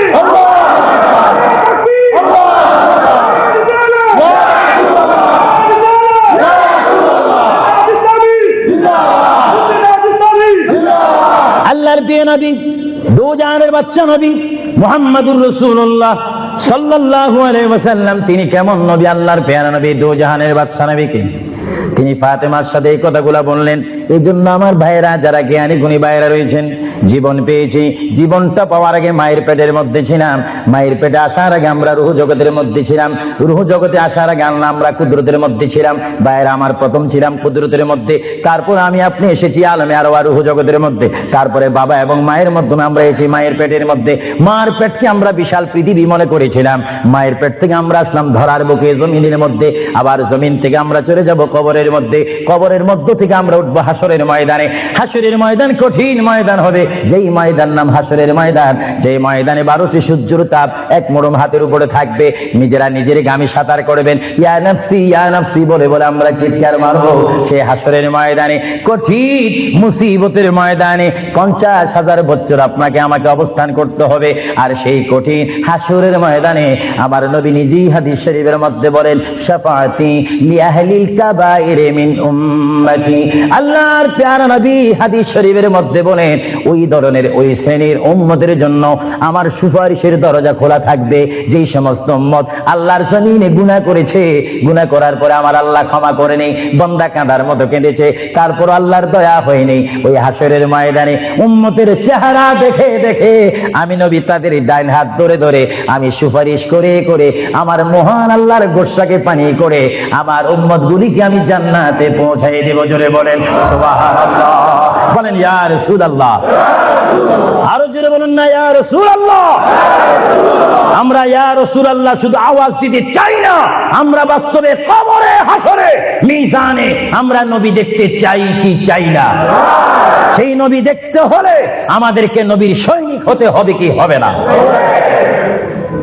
আমার নবী আপনাকে আমাকে সুপারিশ করবেন, এটা আবু সুফিয়ান আল কাদিরের ইচ্ছা নয়। কেউ যদি মনে করেন এই কথার মধ্যে শিরকের ঘ্রাণ রয়েছে, নবীর সুপারিশ করার অধিকার নাই।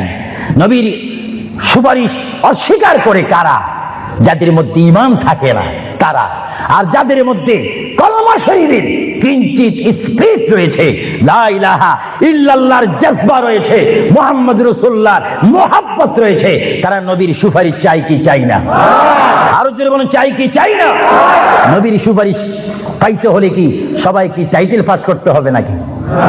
নবী বলেন, শাফাআতি লিআহলিল কাবাইর মিন উম্মতি।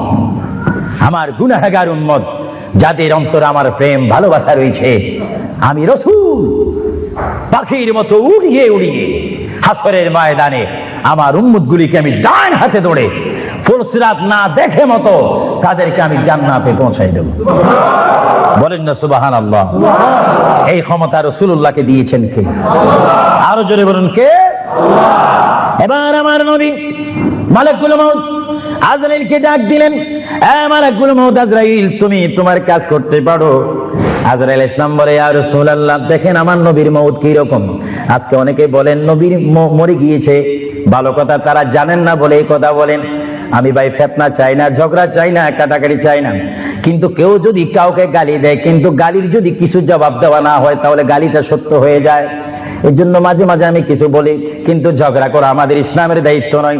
আমাদের ইসলামিক দায়িত্ব হচ্ছে কু আনফুসাকুম ওয়া আহলিকুম নারা। আল্লাহ বলে, বান্দারে তুমি নিজেই জাহান্নামের আগুন থেকে বাঁচো, তোমার আহলকে, তোমার জাতিকে, তোমার দেশকে বাঁচাও। তুমি নিজেই জাহান্নামের আগুন পছন্দ করো না, কেউ যাক সেটাও পছন্দ করো না, নিজেও জাহান্নাম থেকে মুক্তি পেয়ে জান্নাত অবস্থান করো, অপরকেও জান্নাতে যাওয়ার দাওয়াত দিয়ে দাও। জোরে বলেন সুবহানাল্লাহ। আমার বাবারা বলেন, আপনারা কি ঝগড়া চান না শান্তি চান? আরো একটু জোরে বলেন, কি চান? এই শান্তির নাম ইসলাম। আরো জোরে বলেন, শান্তির নাম। যে ইসলাম বুঝে না সে নিজে অশান্তি ভোগ করতেছে। আমি দোয়া করি বারে গায়ের দরবারে বাংলাদেশ থেকে প্রবাসী জিন্দেগির মধ্যে মুসাফির হিসাবে প্রতি বছর আমি লন্ডনের জমিনে আসি, প্রতি বছর আমি আহলে সুন্নাত ওয়াল জামাতের দাওয়াতে আসি, প্রতি বছর আহলে সুন্নাহ ইসলামিক ফাউন্ডেশনের দাওয়াতে আমি আসি। আমি মুসাফির হিসাবে আপনাদেরকে আহ্বান জানাতে চাই, দোয়া করতে চাই, দাওয়াত দিতে চাই। ওই পথে আমাদের আন্দোলন, ওই পথে আমাদের অবস্থান, ওই পথে আমরা থাকবো, ওই পথে আমাদের রাত যাবে, ওই পথে আমাদের দিন যাবে, ওই পথে আমাদের সকাল শেষ হবে, ওই পথে আমাদের সন্ধ্যা শেষ হবে। যেই পথের মধ্যে রয়েছে সবাই বলেন মুহাম্মাদুর। আরো জোরে বলুন না মুহাম্মাদুর। আমার সাথে কি আপনারা একমত না দুই মত? একমত যদি একটু হাত তোলেন। আমরা রাসূলুল্লাহর পথ ও মত চাই কি চাই না? আরো জোরে বলুন, চাই কি চাই না? আল্লাহ তুমি আমাদেরকে হেদায়েত নসিব করো, চিৎকার দিয়ে বলুন আমিন। আরো জোরে বলুন আমিন। হে ভাইরা আমার, আল্লাহ রাব্বুল আলামিনের প্রিয় নবী মুহাম্মদুর রাসূলুল্লাহ সাল্লাল্লাহু আলাইহি ওয়াসাল্লাম আজরাইলকে বললেন, আজরাইল এবার তোমার কাজ তুমি করো। আজরাইল বলে, হুজুর আমি ততক্ষণ পর্যন্ত কাজ করব না যতক্ষণ পর্যন্ত আপনি ইজাজত না দিবেন। সুবহানাল্লাহ বলেন। কি চাচ্ছেন? ইজাজত, হুকুম চাচ্ছেন। হুজুর আপনি যদি হুকুম না করেন আপনার প্রাণটি নেওয়ার ক্ষমতা আমার নেই। মহান আল্লাহ রাব্বুল আলামিন আমাকে আপনার দরবারের আদব শিক্ষা দিয়েছে, আপনাকে যদি কবরে যেতে হয় আর সেখান থেকে যদি হাসর উঠতে হয়, অবশ্যই আমি যেন আপনার থেকে হুকুম নিই, এজাজত নিই। যদি হুকুম এজাজত না নিয়ে যদি প্রাণটা নিয়ে যাই, তাহলে আমার ক্ষমতা আল্লাহ চিনিয়ে নেবেন। চিৎকার দিয়ে বলেন সুবহানাল্লাহ। আল্লাহর প্রিয় নবী চক্ষু মোবারকের পানি মোবারক ছাড়লেন। ভাইয়ের আমার, পৃথিবীর কোন মানুষ ইমান নিয়ে মরে যদি তার মুখে কলমা থাকে, জোরে বলেন কি থাকে?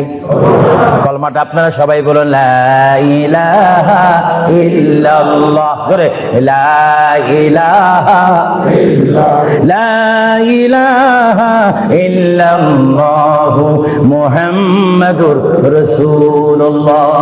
ইমানের টাইমে যেমন আল্লাহর নাম আপনার মুখে আসতে হবে, পুরুষ বলেন আর মা বোনেরা বলেন, প্রত্যেকের মুখে যেমন মৃত্যুর টাইমে আল্লাহর নাম আসতে হবে, তেমনি ভাবে সঙ্গে সঙ্গে নবীর নামও আসতে হবে কি হবে না? নবীর নাম বাদ দিয়ে কলমা পড়া হবে না। আল্লাহর প্রিয় নবী, দোজানের বাচ্চা নবী, তিনি ইন্তেকাল, তার মৃত্যু হবে, তিনি দুনিয়ার থেকে চলে যাচ্ছেন। তিনি কোন কলমা পড়েছেন? আল্লাহর প্রিয় নবী দুনিয়ার থেকে চলে যাওয়ার টাইমে তিনি এই কলমা পড়েছেন, এই কথা বলেছেন।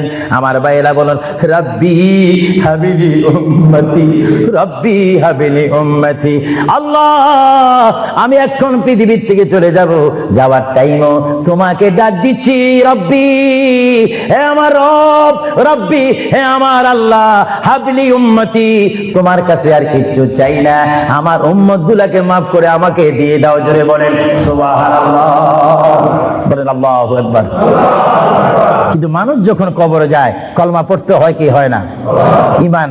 কিন্তু আমার নবী যদি আমাদের মতো মানুষ হয়ে থাকেন, তিনি কাল কলমা পড়ে কবরে গিয়েছেন। প্রশ্ন বুঝতে কোনো কষ্ট হয়? আমরা তো কলমা পড়ি কোথায় যেতে চাই? কবর। জোরে বলুন, আমরা কি পড়তে হবে? কলমা শরীফ পড়ে অবশ্যই আমাদেরকে যেতে হবে কোথায়? কবরে। কিন্তু আমার নবী যদি আমাদের মতো মানুষ হয়ে থাকেন, তাহলে মুহাম্মদ রাসূলুল্লাহ কি কার কলমা পড়ে তিনি কবরে গিয়েছেন? আল্লাহর নবীর কলমা ছিল লা ইলাহা ইল্লাল্লাহু ইন্নী রাসূলুল্লাহ। চিৎকার দিয়ে বলেন সুবহানাল্লাহ। আল্লাহর নবী বলেছেন লা ইলাহা ইল্লাল্লাহ, আল্লাহ ছাড়া কোনো মাবুদ নাই, ইন্নী রাসূলুল্লাহ, নিশ্চয় নিশ্চয় আমি আল্লাহর রাসূল। জোরে বলেন সুবহানাল্লাহ। এইজন্য সমাজে রয়েছে, নিজে যাকে বড় বলে বড় সেই নয়। বলেন, নিজে যাকে বড় বলে বড় সেই নয়, দশে যাকে বড় বলে বড় সেই হয়। আল্লাহর নবী বলে, তোমরা যদি নিজকে নিজে বড় বলো তোমরা বড় হবে না, কিন্তু আমার বেলায় এটা ব্যতিক্রম। আমি নিজকে নিজে বলতেছি ইন্নী রাসূলুল্লাহ, আমি আল্লাহ রাসূল। আমাকে যারা মানবে তারা সাহাবী জান্নাতি, আমাকে যারা মানবে না তারা বেদিন, তারা জাহান্নামী। জোরে বলেন সুবহানাল্লাহ। আমরা নবী মানতে চাই কি চাই না? আরো জোরে বলেন, চাই কি চাই না? যারা আল্লাহ মানে তারা জান্নাতি, বেহেশতি, আর যারা মানে না তারা বেদিন, জাহান্নামী। নবী হচ্ছে ইসলামিক ল, আইন, সংবিধান। চিৎকার দিয়ে বলেন সুবহানাল্লাহ। যারা নবী মানে তারা আল্লাহ ওয়ালা। জোরে বলেন কি ওয়ালা? আরো জোরে বলেন, যারা নবী মানে তারা কি ওয়ালা? যারা নবীর বিরোধী, কোরআনের বিরোধী, তারা কি ওয়ালা? শয়তান ওয়ালা। আরো জোরে বলেন কি ওয়ালা? আমার ভাইয়েরা বলেন, আপনার কি আল্লাহ ওয়ালা না শয়তান ওয়ালা? আমরা কি নামাজ ওয়ালা না পূজা ওয়ালা? আমরা কি রোজা রাখতে চাই কি চাই না? মা বাবার হক আদায় করতে চাই কি চাই না? কারণ আমরা রাসূলুল্লাহর পরিষদের মেম্বার, আমরা হচ্ছি উম্মতে মুহাম্মাদি সাল্লাল্লাহু আলাইহি ওয়াসাল্লাম। চিৎকার দিয়ে বলেন সুবহানাল্লাহ। আল্লাহর প্রিয় নবী উম্মতি উম্মতি বলে কাঁদতেছেন। কেঁদে কেঁদে তিনি আজরাইলকে হুকুম দিলেন, আপনার কাজ আপনি করতে পারেন। আজরাইল ইসলাম আল্লাহর প্রিয় নবীর সিনা মুবারকের উপর হাত রাখলেন। হাত মুবারক রাখার পরে এই মুহূর্তের মধ্যে আল্লাহর নবী, দুজানের বাচ্চা নবী, তিনি একটা চিৎকার মারলেন, ও ভাই আজরাইল তুমি কি করতেছো? ইয়া রাসূলুল্লাহ, আপনার রূহ মুবারক আমি বাহির করতেছি। আজরাইল তুমি কি করতেছো? ইয়া রাসূলুল্লাহ, আপনার রূহ মুবারক আমি নিয়ে যাচ্ছি। আমার নবী চিৎকার দিয়ে বলে, ভাই আজরাইল, তোমাকে একটু আমি অনুরোধ করে তুমি একটু দেরি করো। তুমি আমার বুকের উপরে কি রেখেছো? ইয়া রাসূলুল্লাহ, আপনার বুক মোবারকের উপর আমি শুধু হাতটা রাখলাম। আজরাইল, তুমি বুঝি হাত রেখেছো? আমার অনুভব হয় যেন 7টা আসমান আর 7টা জমিন আমার বুকের মধ্যে দিয়েছো। আজরাইল, 7টা আসমান আর 7টা জমিন যেন তুমি আমার বুকের উপরে দিয়েছো। এই মৃত্যুর যন্ত্রণা আমি সহ্য করতে পারি না। তবে তোমাকে আমি অনুরোধ করি, আমার উম্মত গুনাহগার হবে, আমার উম্মত বদকার হবে, আমার উম্মত আমাকে না দেখে দেখে ইয়া নবী ইয়া রাসূল বলবে, আমার উম্মতরা তোমার এই কষ্ট সহ্য করতে পারবে না। আজরাইল, তোমাকে আমি অনুরোধ করে গেলাম, কিয়ামত পর্যন্ত যত কোটি কোটি উম্মত পৃথিবীর বুকে মৃত্যুবরণ করবে, সকলের কষ্টটুকু তুমি আমাকে দিয়ে দাও। আমি নবী সহ্য করব, তবু আমার উম্মত সহ্য করতে পারবে না। জোরে বলেন সুবহানাল্লাহ। আল্লাহর হাবিব কেঁদে কেঁদে যখন বলেন, এই মুহূর্তে আজরাইল বলে, ইয়া রাসূলুল্লাহ, ইয়া হাবিবাল্লাহ, আপনাকে আমি একটা কথা জানাই দিতে চাই, যারা আপনার আশিক, যারা আপনার গোলাম, যারা আপনার প্রেমিক, যারা কোরআন শরীফ পড়ে, যারা দুরূদ শরীফ পড়ে, যারা নামাজ পড়ে, আল্লাহর সাথে কাউকে শরীক করে না, নবীর সাথে বেয়াদবি করবে না, আউলিয়া কেরামের সাথে বেয়াদবি করবে না, ইয়া রাসূলুল্লাহ, তাদের মধ্যে আল্লাহ এমন একটা ঈমানের স্পিরিট দিবে, তাদের সামনে যখন আমি চলে যাব, চুম্বককে দেখলে যেমনি ভাবে একে অপরকে আকর্ষণ করে, ইয়া রাসূলুল্লাহ, এমনি ভাবে আপনারা আশিকদের রূহ আমি নেব, তারা নিজেও বলতে পারবে না। ময়দার বিদ্যুৎ থেকে একটা চুল বাহির করতে যেমনি ভাবে ময়দা ডিস্টার্ব হয় না, ইয়া রাসূলুল্লাহ, আপনার চেহারা মোবারক তাদের সামনে আমি তুলে ধরবো। আপনার চেহারা দেখে দেখে আপনার উম্মতরা কলমা পড়তে পড়তে কবরের মধ্যে চলে আসবে। জোরে বলেন সুবহানাল্লাহ, বলেন আল্লাহু আকবার। আপনার সেই মৃত্যুর টাইমে রাসূলুল্লাহর চেহারায় আনোয়ার দেখতে চান কি চান না? আরো জোরে বলেন, চান কি চান না? রাসূলের চেহারা দেখলে জাহান্নাম পাওয়া যায় না, বেহেশত পাওয়া যায়। যাকে দেখলে বেহেশত পাওয়া যায়, তিনি কেমন মানুষ? তিনি নূরের মানুষ, তিনি শ্রেষ্ঠ মানুষ, তিনি অতুলনীয় মানুষ, তিনি অতুলনীয় বাশার। আমার কিতাব আমার শেষ হয়েছে, আমি মাকামে হাবিব এই কিতাবের মধ্যে রাসূলুল্লাহর পজিশন তুলে ধরেছি। এটা আমার ব্যক্তিগত শিক্ষার থেকে নয়, ব্যক্তিগত চিন্তার থেকে নয়, আল্লাহর দেওয়া হুকুম থেকে। আল্লাহ কোরআনুল কারীমে বলেছেন, কুল ইন্নামা আনা বাশারুম মিসলুকুম। এই আয়াতের তাফসীর করতে গিয়ে মুহাম্মদ রাসূলুল্লাহ সাল্লাল্লাহু আলাইহি ওয়াসাল্লাম এমন মানুষ, পৃথিবী সৃষ্টি হয়েছে শুরু করে কিয়ামত পর্যন্ত মানুষের শ্রেণী হবে একরকম, আর আমার নবীর শ্রেণী হবে আরেক রকম। চিৎকার দিয়ে বলেন সুবহানাল্লাহ। মানুষের হাতে আসমান পায় না, আমার নবী বলেন, আমি চলাফেরা করি জমিনে আর আমার হাত থাকে আসমানে।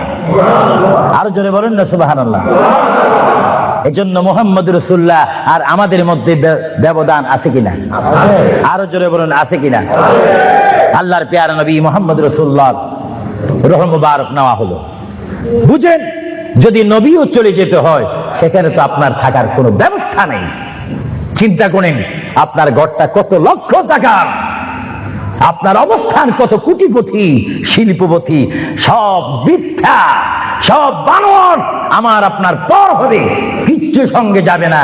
একমাত্র রাসূলুল্লাহর সুন্নাত, আল্লাহর হুকুম, রাসূলুল্লাহর আদর্শ আমার আপনার কবর ও হাসরের নাজাতের ফয়সালা হবে। চিৎকার দিয়ে বলেন সুবহানাল্লাহ। আমরা কি আখিরাতে আযাব চাই না নাজাত চাই? আরো জোরে বলেন, আযাব চান না নাজাত চান?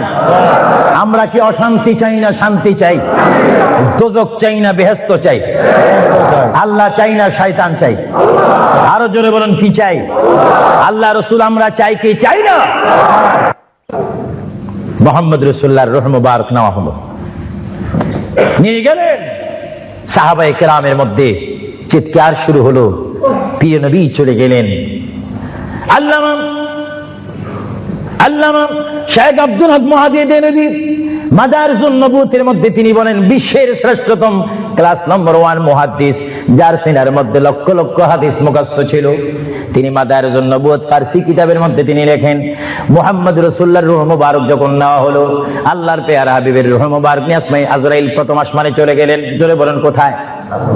প্রথম আসমানে গেল, দ্বিতীয়, তৃতীয়, চতুর্থ, পঞ্চম, ষষ্ঠ, সপ্তম আসমানে যখন চলে গেল, ওই সপ্তম আসমানে যাওয়ার পরে আল্লাহ রাব্বুল আলামিন হাকামুল হাকিমিনের ওই পাঠানো আজরাইল তিনি চিৎকার দিলেন ফেরেশতাদের মহলের মধ্যে গিয়ে, ফেরেশতাদের কাছে গিয়ে তিনি একটা চিৎকার দিলেন, এ ফেরেশতারা তোমরা একটু আমাকে বিপদ থেকে রক্ষা করো। আমি জীবনে অনেক রূহ নিয়েছি, কিন্তু এমন একটা চিন্তা অনুভব করিনি মুহাম্মদ রাসূলুল্লাহর রূহ মুবারক আমার হাতের মধ্যে, এই রূহুর নূরের তাজাল্লি আমি সহ্য করতে পারছি না, তোমরা এই নূরটা একটু গ্রহণ করো। ফেরেশতারা জবাব দিচ্ছে, এ আজরাইল, মুহাম্মদ রাসূলুল্লাহর রূহ মুবারক জায়গার মধ্যে এখানে কোনো জায়গা নাই। এইভাবে আজরাইল আরশ কুরসি লৌহ কলম সব জায়গার মধ্যে গেলেন, লাহুতে গেলেন, মালাকুতে গেলেন, রূহ মুবারক কোথাও রাখার জায়গা নাই। কিছুক্ষণ পরে আমার আল্লাহ ডাক দিয়ে বলে, আজরাইল, আমার বন্ধুর রূহ মুবারক তোমাকে আনার জন্য বললাম, শুধু একটু পরীক্ষা করলাম, বিশ্ববাসীকে শিক্ষা দিয়ে দিলাম। হে আজরাইল, আমার বন্ধুর রূহ মুবারক বন্ধুর বডি ছাড়া দ্বিতীয় কোনো জায়গা রাখেনি এই বন্ধুর রূহ মুবারক রাখার জন্য। হে আজরাইল, তুমি দেরি করো না, যে মদিনার থেকে সাহাবায়ে কেরামের সামনে বন্ধুর রূহ মুবারকটা নিয়ে এসেছো, আবার ওই জায়গায় গিয়ে রূহ মুবারকটা দিয়ে আসো। জোরে বলেন সুবহানাল্লাহ, বলেন আল্লাহু আকবার, বলেন ইয়া রাসূলুল্লাহ। এটা হুকুম কার? রূহ মুবারকটা আবার নিয়ে আসলো।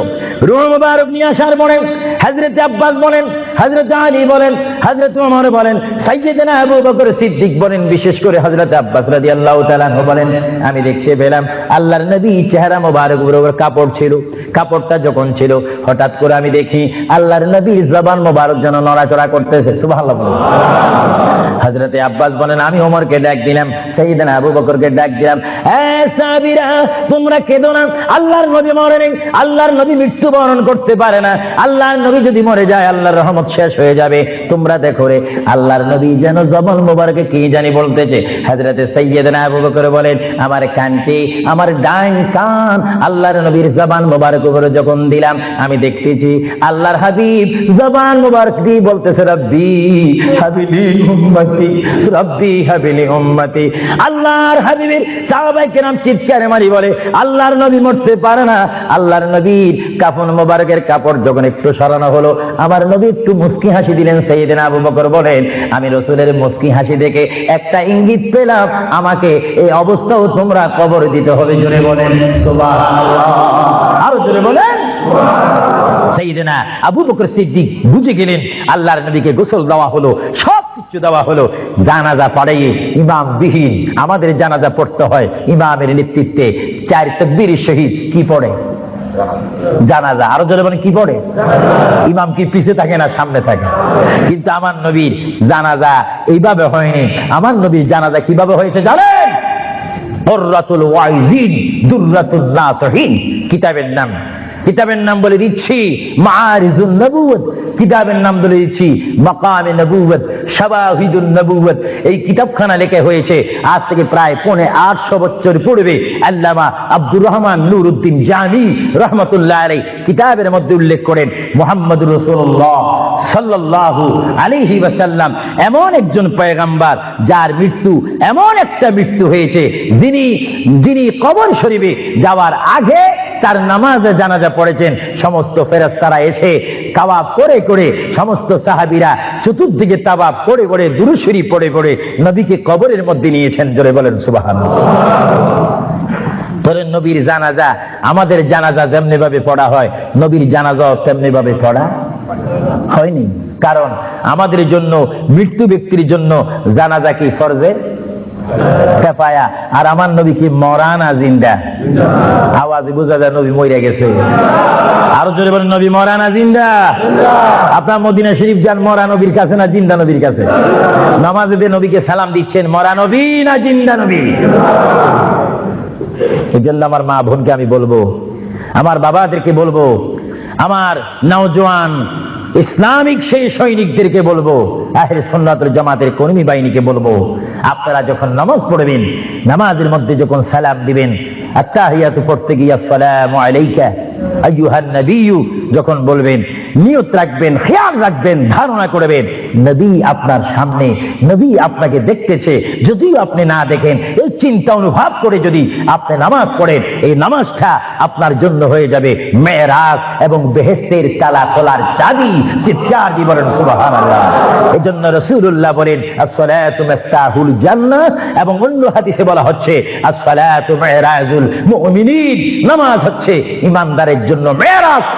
কাদের জন্য মেরাজ? যারা নবী ওয়ালা হয়ে নবীকে মহব্বত করে আল্লাহর ভয়ে নামাজ পড়বে, সে নারী হোক আর পুরুষ হোক, তার জন্য ওই নামাজটা জান্নাতের দরজা খোলার চাবি হয়ে গেল। চিৎকার দিয়ে বলেন সুবহানাল্লাহ। আমরা নামাজ পড়তে চাই কি চাই না? আরো জোরে বলেন চাই কি চাই না? এটা তো শনি পড়েন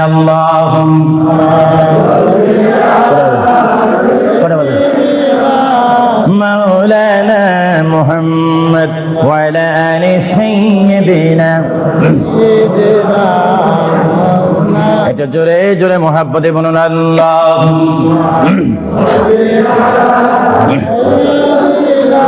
এখন কটা বাজে? ওয়া আলা আলি সাইয়্যিদিনা। প্রিয় শ্রোতারা, আপনাদের প্রতি অনুরোধ, আমাদের শেষ একটি দায়িত্ব রয়েছে দোয়া। জোরে বলুন কি? আপনার দোয়া চান না? অবশ্যই আসরের নামাজ পড়ার টাইম থাকবে, আপনার বাসায় গিয়েও নামাজ পড়তে পারবেন। আপনাদের কাছে আমার অনুরোধ রইল, কবর থেকে আমাদের সামনে উপস্থিত হবে হাসর। জোরে বলেন কি?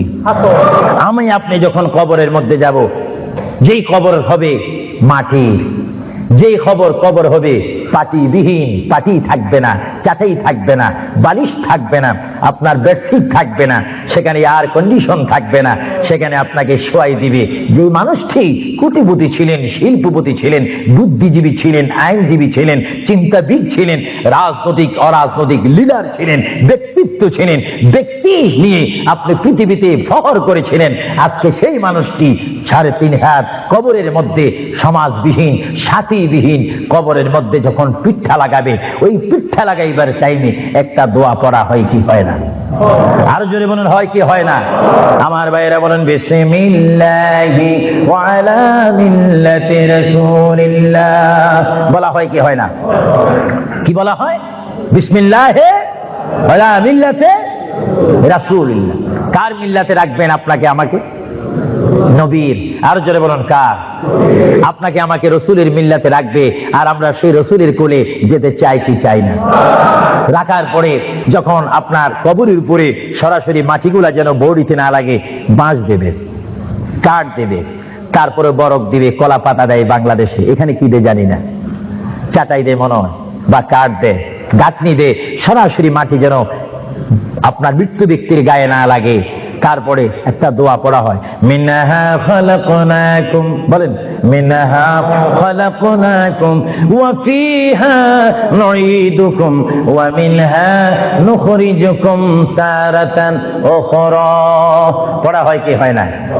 অর্থ, এ বান্দা, আমি আল্লাহ তোমাকে এই মাটির থেকে সৃষ্টি করলাম, আবার এইখানে তোমাকে পুনরায় রাখলাম। সুবহানাল্লাহ বলেন।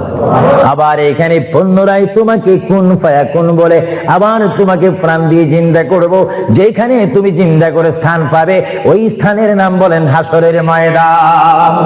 জোরে বলেন কিসের ময়দান? আপনার অবস্থান সূচনা হবে কবর, আর আপনাকে উঠতে হবে কোথায়? হাসর। আরো জোরে বলেন কোথায়? এখানে আপনাকে ইন্টারভিউ নেওয়া হবে, পরীক্ষা নেওয়া হবে, এখানে আপনাকে প্রশ্ন করা হবে। কি করা হবে?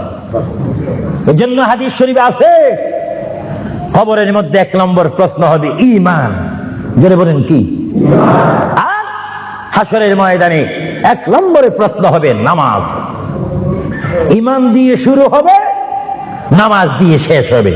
এজন্য যেমন আমরা ঈমান চাই, তেমনি ভাবে আমরা নামাজও চাই।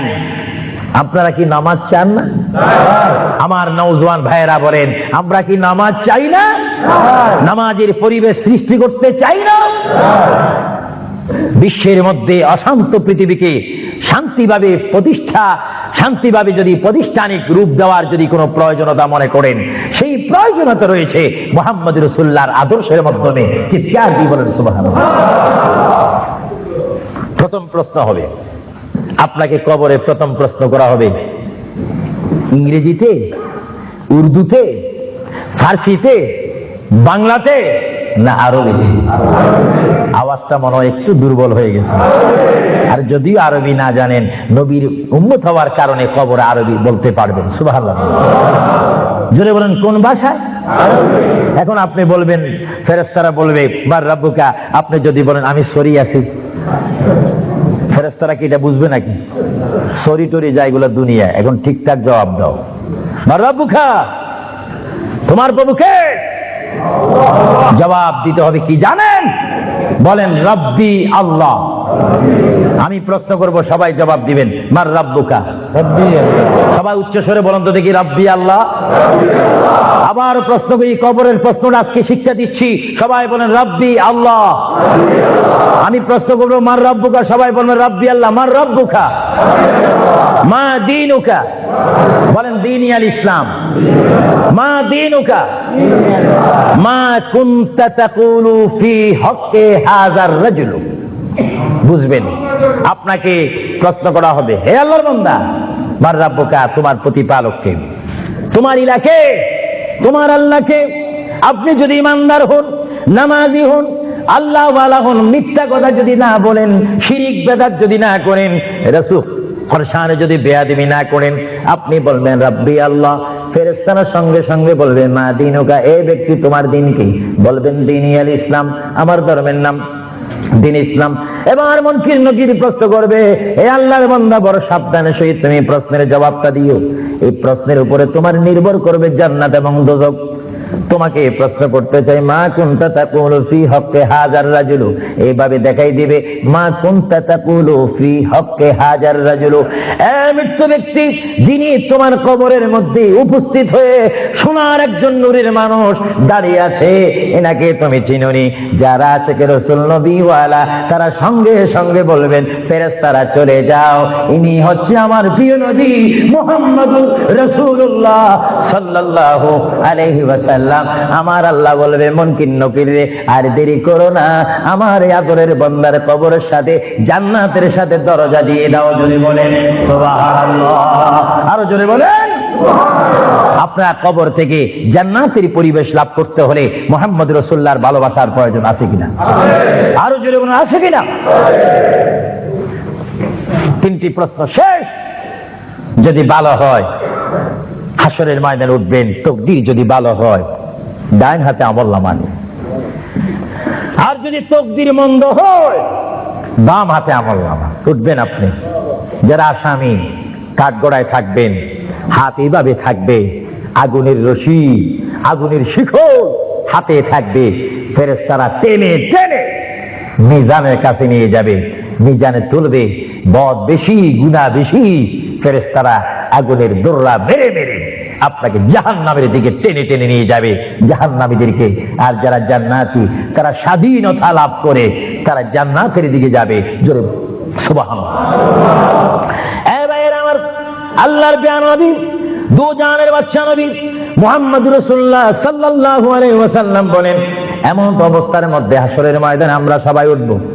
হাসরের ময়দানে যখন আমরা সবাই উঠব, ময়দান থেকে উঠার পরে আমরা সবাই হাসরের ময়দানে উপস্থিত হব। হাসরের ময়দানে উপস্থিত হওয়ার পরে এই মুহূর্তের মধ্যে আল্লাহর প্রিয় নবী, দু জাহানের বাদশা নবী মুহাম্মদুর রাসূলুল্লাহ সাল্লাল্লাহু আলাইহি ওয়াসাল্লামকে আমরা সবাই তাল্লাশি করব। হাসরের ময়দানে 12 সূর্যের তাপ যখন আমার আপনার মাথার উপরে থাকবে, ওই মুহূর্তের মধ্যে আমরা সর্বপ্রথম আমাদের বাবা আদম নবীর কাছে যাব। জোরে বলেন সুবহানাল্লাহ। কোন নবী? আরো জোরে বলেন না, আমাদের বাবার নাম কি? আদম আলাইহিস সালাম। বলেন, জোরে বলেন, বাবার নাম কি? ওনাকে আমরা বাবা বলতে কি লজ্জা পাই নাকি? তিনি কি দ্বিতীয় মানুষ না প্রথম মানুষ? জোরে বলেন, কোন মানুষ? আদম আলাইহিস সালামের বাবার নাম কি? চিন্তায় বুঝা যায় আপনারা অনেকে জানেন, বলেন না নাই? জোরে বলেন, আদম আলাইহিস সালামের বাবা, মা নাই, দাদা। তো দাদা দাদি ছাড়া, মা বাবা ছাড়াও আল্লাহ মানুষ তৈরি করতে পারে কিনা? আরো জোরে বলুন না, পারে কিনা? এই ক্ষমতা কার? ইন্নাল্লাহা আলা কুল্লি শাইইন কাদির। যিনি সর্বময় শক্তির মালিক, ক্ষমতার মালিক, তিনি কে? আল্লাহ। আরো জোরে বলুন, তিনি কে? আমরা সবাই কবর থেকে হাসরের ময়দানে উঠব। আমি আজকে একটি কথাও কোরআন হাদিসের বাহিরে বলিনি, কিচ্ছা বলার সময় নেই। আমি আহলে সুন্নাহ ইসলামিক ফাউন্ডেশনের প্রেসিডেন্ট থেকে শুরু করে সকল মেম্বারকে, জেনারেল সেক্রেটারি থেকে শুরু করে সকল এলাকাবাসীকে, ওয়ার্ল্ড হামের সকল ইমানি ভাইদেরকে ধন্যবাদ, পায়েন্দাবাদ, মোবারকবাদ, জিন্দাবাদ, ধন্যবাদ জানাচ্ছি, খুশ আমোদিত জানাচ্ছি। আপনারা যে একটি বিশেষ বস্তু আমাকে দিয়েছেন, কবর ও হাসর। কারণ আমরা রয়েছি বর্তমান দুনিয়ার মধ্যে, সামনে আমাদের অবস্থান কবর, তারপরে হবে আমাদের হাসর। সেইখান থেকে তাকদীর যদি ভালো হয় আমরা চলে যাব বেহেশতে। চিৎকার দিয়ে বলেন সুবহানাল্লাহ। আপনারা কি বেহেশত চান না? আওয়াজ দিয়ে বলেন একটু বেহেশত চান না? বেহেশত যাইতে হলে বেহেশতের কাজের প্রয়োজন আছে না? দেখা যাবে কিছুক্ষণ পরে কাজটা কেমন। ভাইরা আমার, সমস্ত মানুষ আমরা হাসরের ময়দানে উপস্থিত হয়ে এবার আমরা কি বলবো? নফসি নফসি, ইয়া নফসি ইয়া নফসি, সবাই বলবো। হঠাৎ করে আমরা দেখবো আদম আলাইহিস সালাম। আমরা বলবো, এ বাবা আবুল বাশার, আদম আলাইহিস সালাম, আপনি আমাদের বাবা, আপনি দুনিয়ার প্রথম মানুষ, আপনার দরবারে আমরা এসেছি, আমাদের জন্য একটু সুপারিশ করেন। জোরে বলেন, কি করেন? আমাদের জন্য একটু সুপারিশ করেন। আল্লাহর দরবারে কাঁদেন। তিনি বলবে লাস্তু লাস্তু হুনাকুম লাস্তু হুনাকুম। তিনি চোখের পানি ছেড়ে দিবেন আর বলবেন, আমি নিজের জন্য আল্লাহর দরবারে কাঁদতে যে তোমাদের জন্য আমি কিচ্ছু করার নেই। তখন আমরা যাব নূহ আলাইহিস সালামের কাছে। নূহ আলাইহিস সালাম বলবে, আমি তোমাদের জন্য কিছু করতে পারবো না। তখন যাব আমরা ইব্রাহিম নবীর কাছে। ইব্রাহিম নবীও আমাদের জন্য কিছু করতে পারবে না। সমস্ত মানুষ আমরা পেরেশান হয়ে যাব। 12 সূর্যের তাপ আমাদের মাথার উপরে থাকবে, যে ময়দানের নাম হাসর। আমার মা বোনকে বলতেছি, আপনার সামনে কবর রয়েছে, কবরের পরে হাসর। আমার বাবারা বলতেছি, আপনার সামনে কবর, তারপরে হাসর। ওই হাসরের ময়দানের জন্য প্রস্তুতি হন। সমস্ত নবীরা বলবে লাস্তু হুনাকুম, আমাদের কোনো ক্ষমতা নাই তোমাদেরকে সুপারিশ করার জন্য। আমরা আল্লাহর দরবারে কাঁদতেছি নিজের জন্য।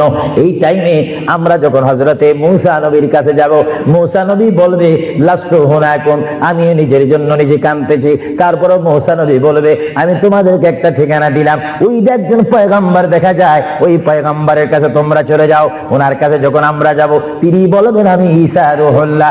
আমরা ঈসা রুহুল্লাহকে বলবো, এই ঈসা নবী, আপনি পৃথিবীতে এসে আবার আসমানে চলে গিয়েছেন আখিরি জামানার নবীর উম্মত হওয়ার জন্য। মেহেরবানি করে আমাদের জন্য আল্লাহর দরবার আজকে একটু সুপারিশ করেন। 12 সূর্যের উত্তাপে আমরা সহ্য করতে পারছি না, সাঁতার কাটতেছি, আমাদের জন্য একটু সুপারিশ করেন। ঈসা নবী ডাক দিয়ে বলবে, তোমরা কেন আমার কাছে এসেছো? তিনিও বলবে লাস্তু হুনাকুম, আমি নিজের জন্য আল্লাহর দরবারে কাঁদতেছি। ঈসা নবী বলবে, ওই যে তোমরা দেখতে পাচ্ছ একটা জায়গা দেখা যায়, যেই জায়গার মধ্যে বিশাল একটা কুরসি দেখা যায়, চেয়ার দেখা যায়, যে চেয়ারের নাম আমরা আযানের দোয়ার মধ্যে পড়ি, আল্লাহুম্মা রাব্বা হাযিহিদ দাওয়াতিত তাম্মা ওয়াস সালাতিল কায়িমা আতি মুহাম্মাদাল ওয়াসিলাতা ওয়াল ফাদিলাতা ওয়াদ দারাজাতার রাফিয়া ওয়া বা'আসহু মাকামান মাহমুদা। ঈসা নবী বলবে, এ উম্মতি মুহাম্মাদি, ওই যে মাকামে মাহমুদ দেখা যায়, বিশাল একটা নূরের সিংহাসন দেখা যায়, ওই সিংহাসন বরাবর আরেকটা নূরের লাইট দেখা যায়, ওই লাইটের নিচে তোমরা চলে যাও। তোমরা গিয়ে দেখবে হাসরের ময়দানের কান্ডারি দু জাহানের বাদশা নবী উম্মতি বলে বলে তোমাদের জন্য কাঁদতেছে। জোরে বলেন সুবহানাল্লাহ, আরো জোরে বলেন। হ্যাঁ ভাইরা আমার, আমরা সবাই চলে যাব আমার নবীর কাছে। যখন আমরা চলে যাব, আমরা কি বলবো? ইয়া রাসূলুল্লাহ, ইয়া হাবিবাল্লাহ। আমার নবী চিৎকার দিয়ে যখন রব্বি হাবলি উম্মতি করে চিৎকার দিবেন, আল্লাহর নবী বলবে, এতক্ষণ তোমরা কোথায় ছিলে? আমি তোমাদের জন্য সিজদার মধ্যে পড়ে আছি। আল্লাহর নবী আবার সিজদা দিবেন।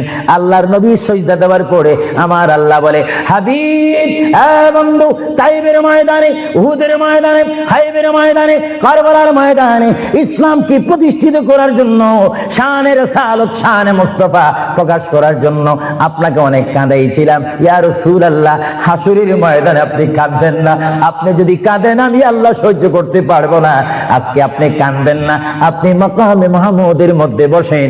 আমি বিশ্ববাসীকে দেখাই দিতে চাই আমি আল্লাহ আমার নবীকে কেমন ভালোবাসি। সমস্ত নবীর আজকে দাঁড়িয়ে থাকবে, আপনি মাকামে মাহমুদ আসন গ্রহণ করবেন। বলেন সুবহানাল্লাহ, বলেন ইয়া রাসূলুল্লাহ। আল্লাহর প্রিয় নবী তারপরও তিনি সের মোবারক তুলবে না, তিনি কাঁদবে রাব্বি হাবলি উম্মতি বলে বলে যখন কাঁদবে আমার আল্লাহর মধ্যে এখন জোশ আসবে। আমার আল্লাহ বলবে ইয়া মুহাম্মাদু ইরফা, বলেন সুবহানাল্লাহ। আমার নবী বলবে ইয়া মুহাম্মাদু ইরফা রাসাকা সালতুতা ওয়াশফা ওয়াশফা তুশফা। আই মুহাম্মদ, আই বন্ধু নবী, আপনি সের মোবারক তোলেন, আপনি আমার কাছে যা চাইবেন আমি আপনাকে তা দেব।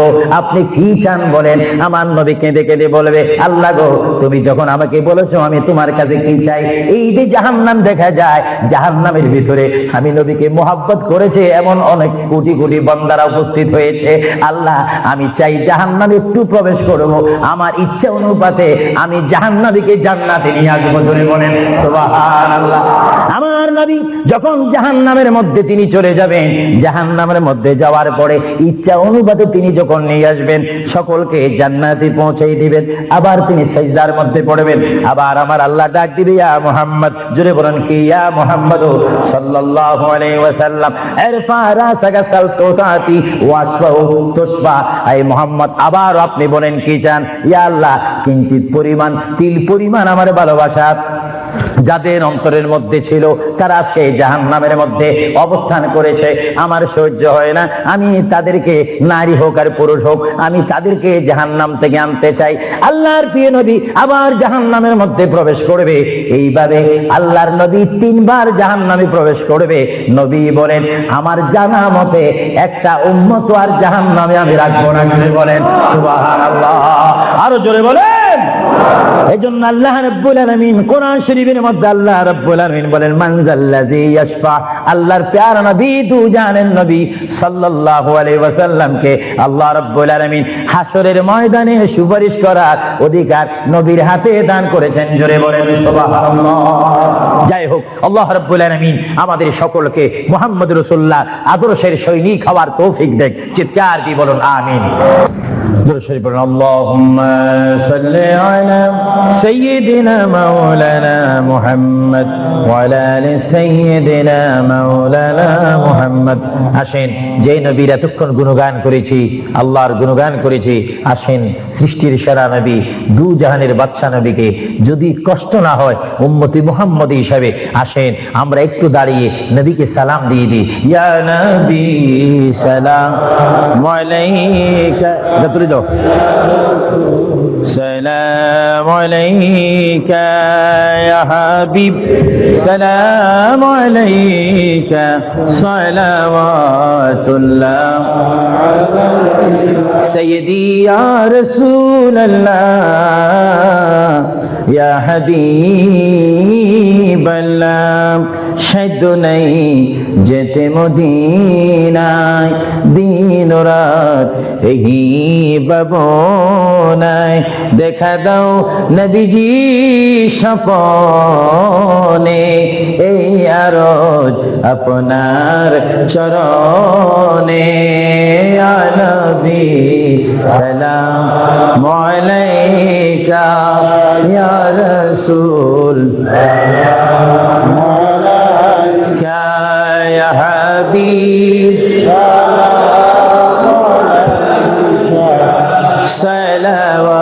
সালাওয়াতুল্লাহ সাইয়্যিদি ইয়া রাসূলুল্লাহ ইয়া হাবিবাল্লাহ। হে নবী মদিনায় নিবেন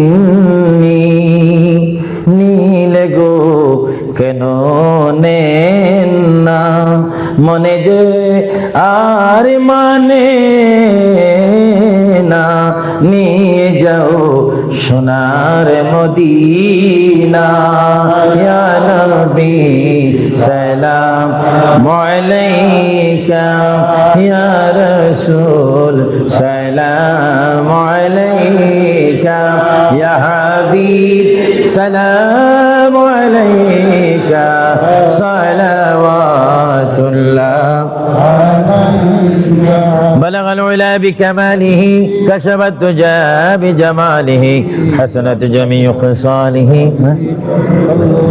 নামটা লিখে দিন بلغ العلا بكماله كشف الدجى بجماله حسنت جميع خصاله صلوا عليه وآله সবাই একবার আলহামদুলিল্লাহ শরীফ তিনবার সূরা ইখলাস কুল ওয়াল্লাহ শরীফ পড়েন বিসমিল্লাহির রহমানির রহিম আলহামদুলিল্লাহি রাব্বিল আলামিন আর রহমানির রহিম মালিকি ইয়াউমিদ্দিন ইয়াকা না'বুদু ওয়া ইয়াকা নাস্তাঈন ইহদিনাস সিরাতাল মুস্তাকিম সিরাতাল লাযীনা আন'আমতা আলাইহিম গায়রিল মাগদুবি আলাইহিম ওয়ালাদ-দাল্লিন আমিন বিসমিল্লাহির রহমানির রহিম কুল হুয়াল্লাহু আহাদ আল্লাহুস সামাদ লাম ইয়ালিদ ওয়া লাম ইউলাদ ওয়া লাম ইয়াকুল লাহু কুফুওয়ান আহাদ বিসমিল্লাহির রহমানির রহিম কুল হুয়াল্লাহু আহাদ সবাই কুল হুয়াল্লাহু আহাদ ولم يكن له كفوا أحد بسم الله الرحمن الرحيم قل هو الله أحد الله الصمد لم يلد ولم يولد ولم يكن له كفوا أحد যাই হোক অনেকে দোয়া প্রার্থী হয়েছেন বিশেষ করে আহলে সুন্নাহ ইসলামিক ফাউন্ডেশনের সকল সদস্যরা এবং তাদের অভিভাবকদের জন্য মা বাবার জন্য আত্মীয় স্বজনদের জন্য বিশেষ করে এই যুক্তরাজ্যের জমিনে যত প্রবাসী মুসলমান রয়েছে যে কোনো রাষ্ট্রের হোক সকলের জন্য দোয়া প্রার্থনা হয়েছেন বিশেষ করে যারা নওজোয়ান যুবক তাদের জন্য দোয়া করবেন তারা যেন আল্লাহর পথে রাসূলুল্লাহর জন্য সঠিক পথে এসে আল্লাহ রাসূলের জন্য জীবন দিতে পারে এবং একজন দোয়া প্রার্থী একজনের জন্য আমার নওজোয়ানদের মধ্যে তাদের এক ভাই জয়নুল আহমদ নামে এক আল্লাহর বান্দা অল্প বয়সী দুষ্কৃতীদের হাতে তিনি আহত হয়েছেন গুরুতর আহত হয়েছে তার জন্য সবাই দোয়া করবেন আল্লাহ যেন তাকে সুস্থতা দান করে সবাই বলুন আমিন আরো জোরে বলুন আমিন বিশেষ করে মরহুম হাজী জমির উদ্দিনের জন্য দোয়া চেয়েছেন তিনি মৃত্যুবরণ করেছেন তাকে যেন আল্লাহ জান্নাত নসিব করেন তার জানাজায় যেন সকলকে শরীক হওয়ার তৌফিক দিয়ে সবাই বলুন আমিন আসেন আমরা মুনাজাত দেওয়ার আগে মহান আল্লাহর দরবারে কানবো ফরিয়াদ করব চিৎকার দিব এমন ভাবে কানবেন আল্লাহর দরবারে প্রার্থনা করবেন আল্লাহ যেন আমাদের অতীতের সব গুনাহ মাফ করে দেয় চিৎকার দিয়ে বলুন আমিন আসেন হাত তোলার আগে একটু সালাম দিয়া সালাতু ওয়া সালামু আলাইকা ইয়া রাসূলুল্লাহ আসসালাতু ওয়াস সালামু আলাইকা ইয়া হাবিবাল্লাহ আসসালাতু ওয়াস সালামু আলাইকা ইয়া শাফিউল মুযনিবিন আসসালাতু ওয়াস সালামু আলাইকা ইয়া রাহমাতাল লিল আল্লাহুম্মা আমিন ربنا ظلمنا أنفسنا وإن لم تغفر لنا وترحمنا لنكونن من الخاسرين ربنا تقبل منا إنك أنت السميع العليم وتب علينا يا مولانا إنك أنت التواب الرحيم ربنا هب لنا من أزواجنا وذريتنا قرة أعين واجعلنا للمتقين إماما رب ارحمهما كما ربياني صغيرا সবাই বলেন رب ارحمهما كما ربياني রব্বুল আলামিন ও আমার প্রভু পবিত্র রবিউল সানির চাঁদে ইয়া আল্লাহ জুলাই মাসে ইয়া আল্লাহ 16 জুলাই এই 2000 কুইন এলিজাবেথ হল প্রাঙ্গণে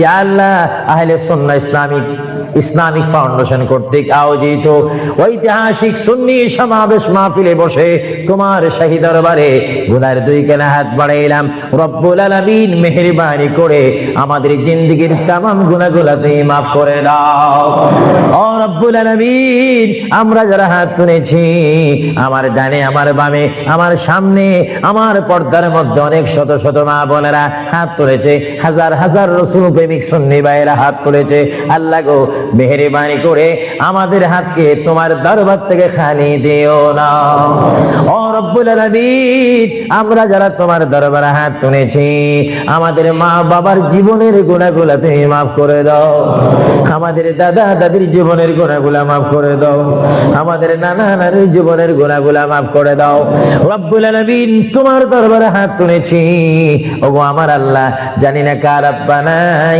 জানি না কার মা দুনিয়ার মধ্যে মধ্যে নেই, যারা দুনিয়ার থেকে চিরবিদায় নিয়ে এতিম হয়ে 3.5 হাত কবরের মধ্যে মাটির মধ্যে শুয়ে আছে, আল্লাহ গো ওই সমস্ত মা বাবার কবরে আমাদের সওয়াবটা তুমি পৌঁছে দাও। ইয়া আল্লাহ, আমরা যারা হাত তুলেছি আমাদের কবিরা সগীরা গুনাহ তুমি মাফ করে দাও। ইয়া আল্লাহ, আহলে সুন্নাহ ইসলামিক ফাউন্ডেশনের প্রেসিডেন্ট থেকে শুরু করে সভাপতি পর্যন্ত, আল্লাহ প্রত্যেকটা মেম্বার পর্যন্ত, আল্লাহ সকলের সিনাকে তুমি মদিনার আয়না বানিয়ে দাও। আল্লাহ, আমার অনেক বুড়ো বুড়ো বাবারা হাত তুলেছে, অনেক নওজোয়ান ভাইয়েরা হাত তুলেছে, অনেক মা বোনেরা হাত তুলেছে, জানি না কার কোন মাকসুদ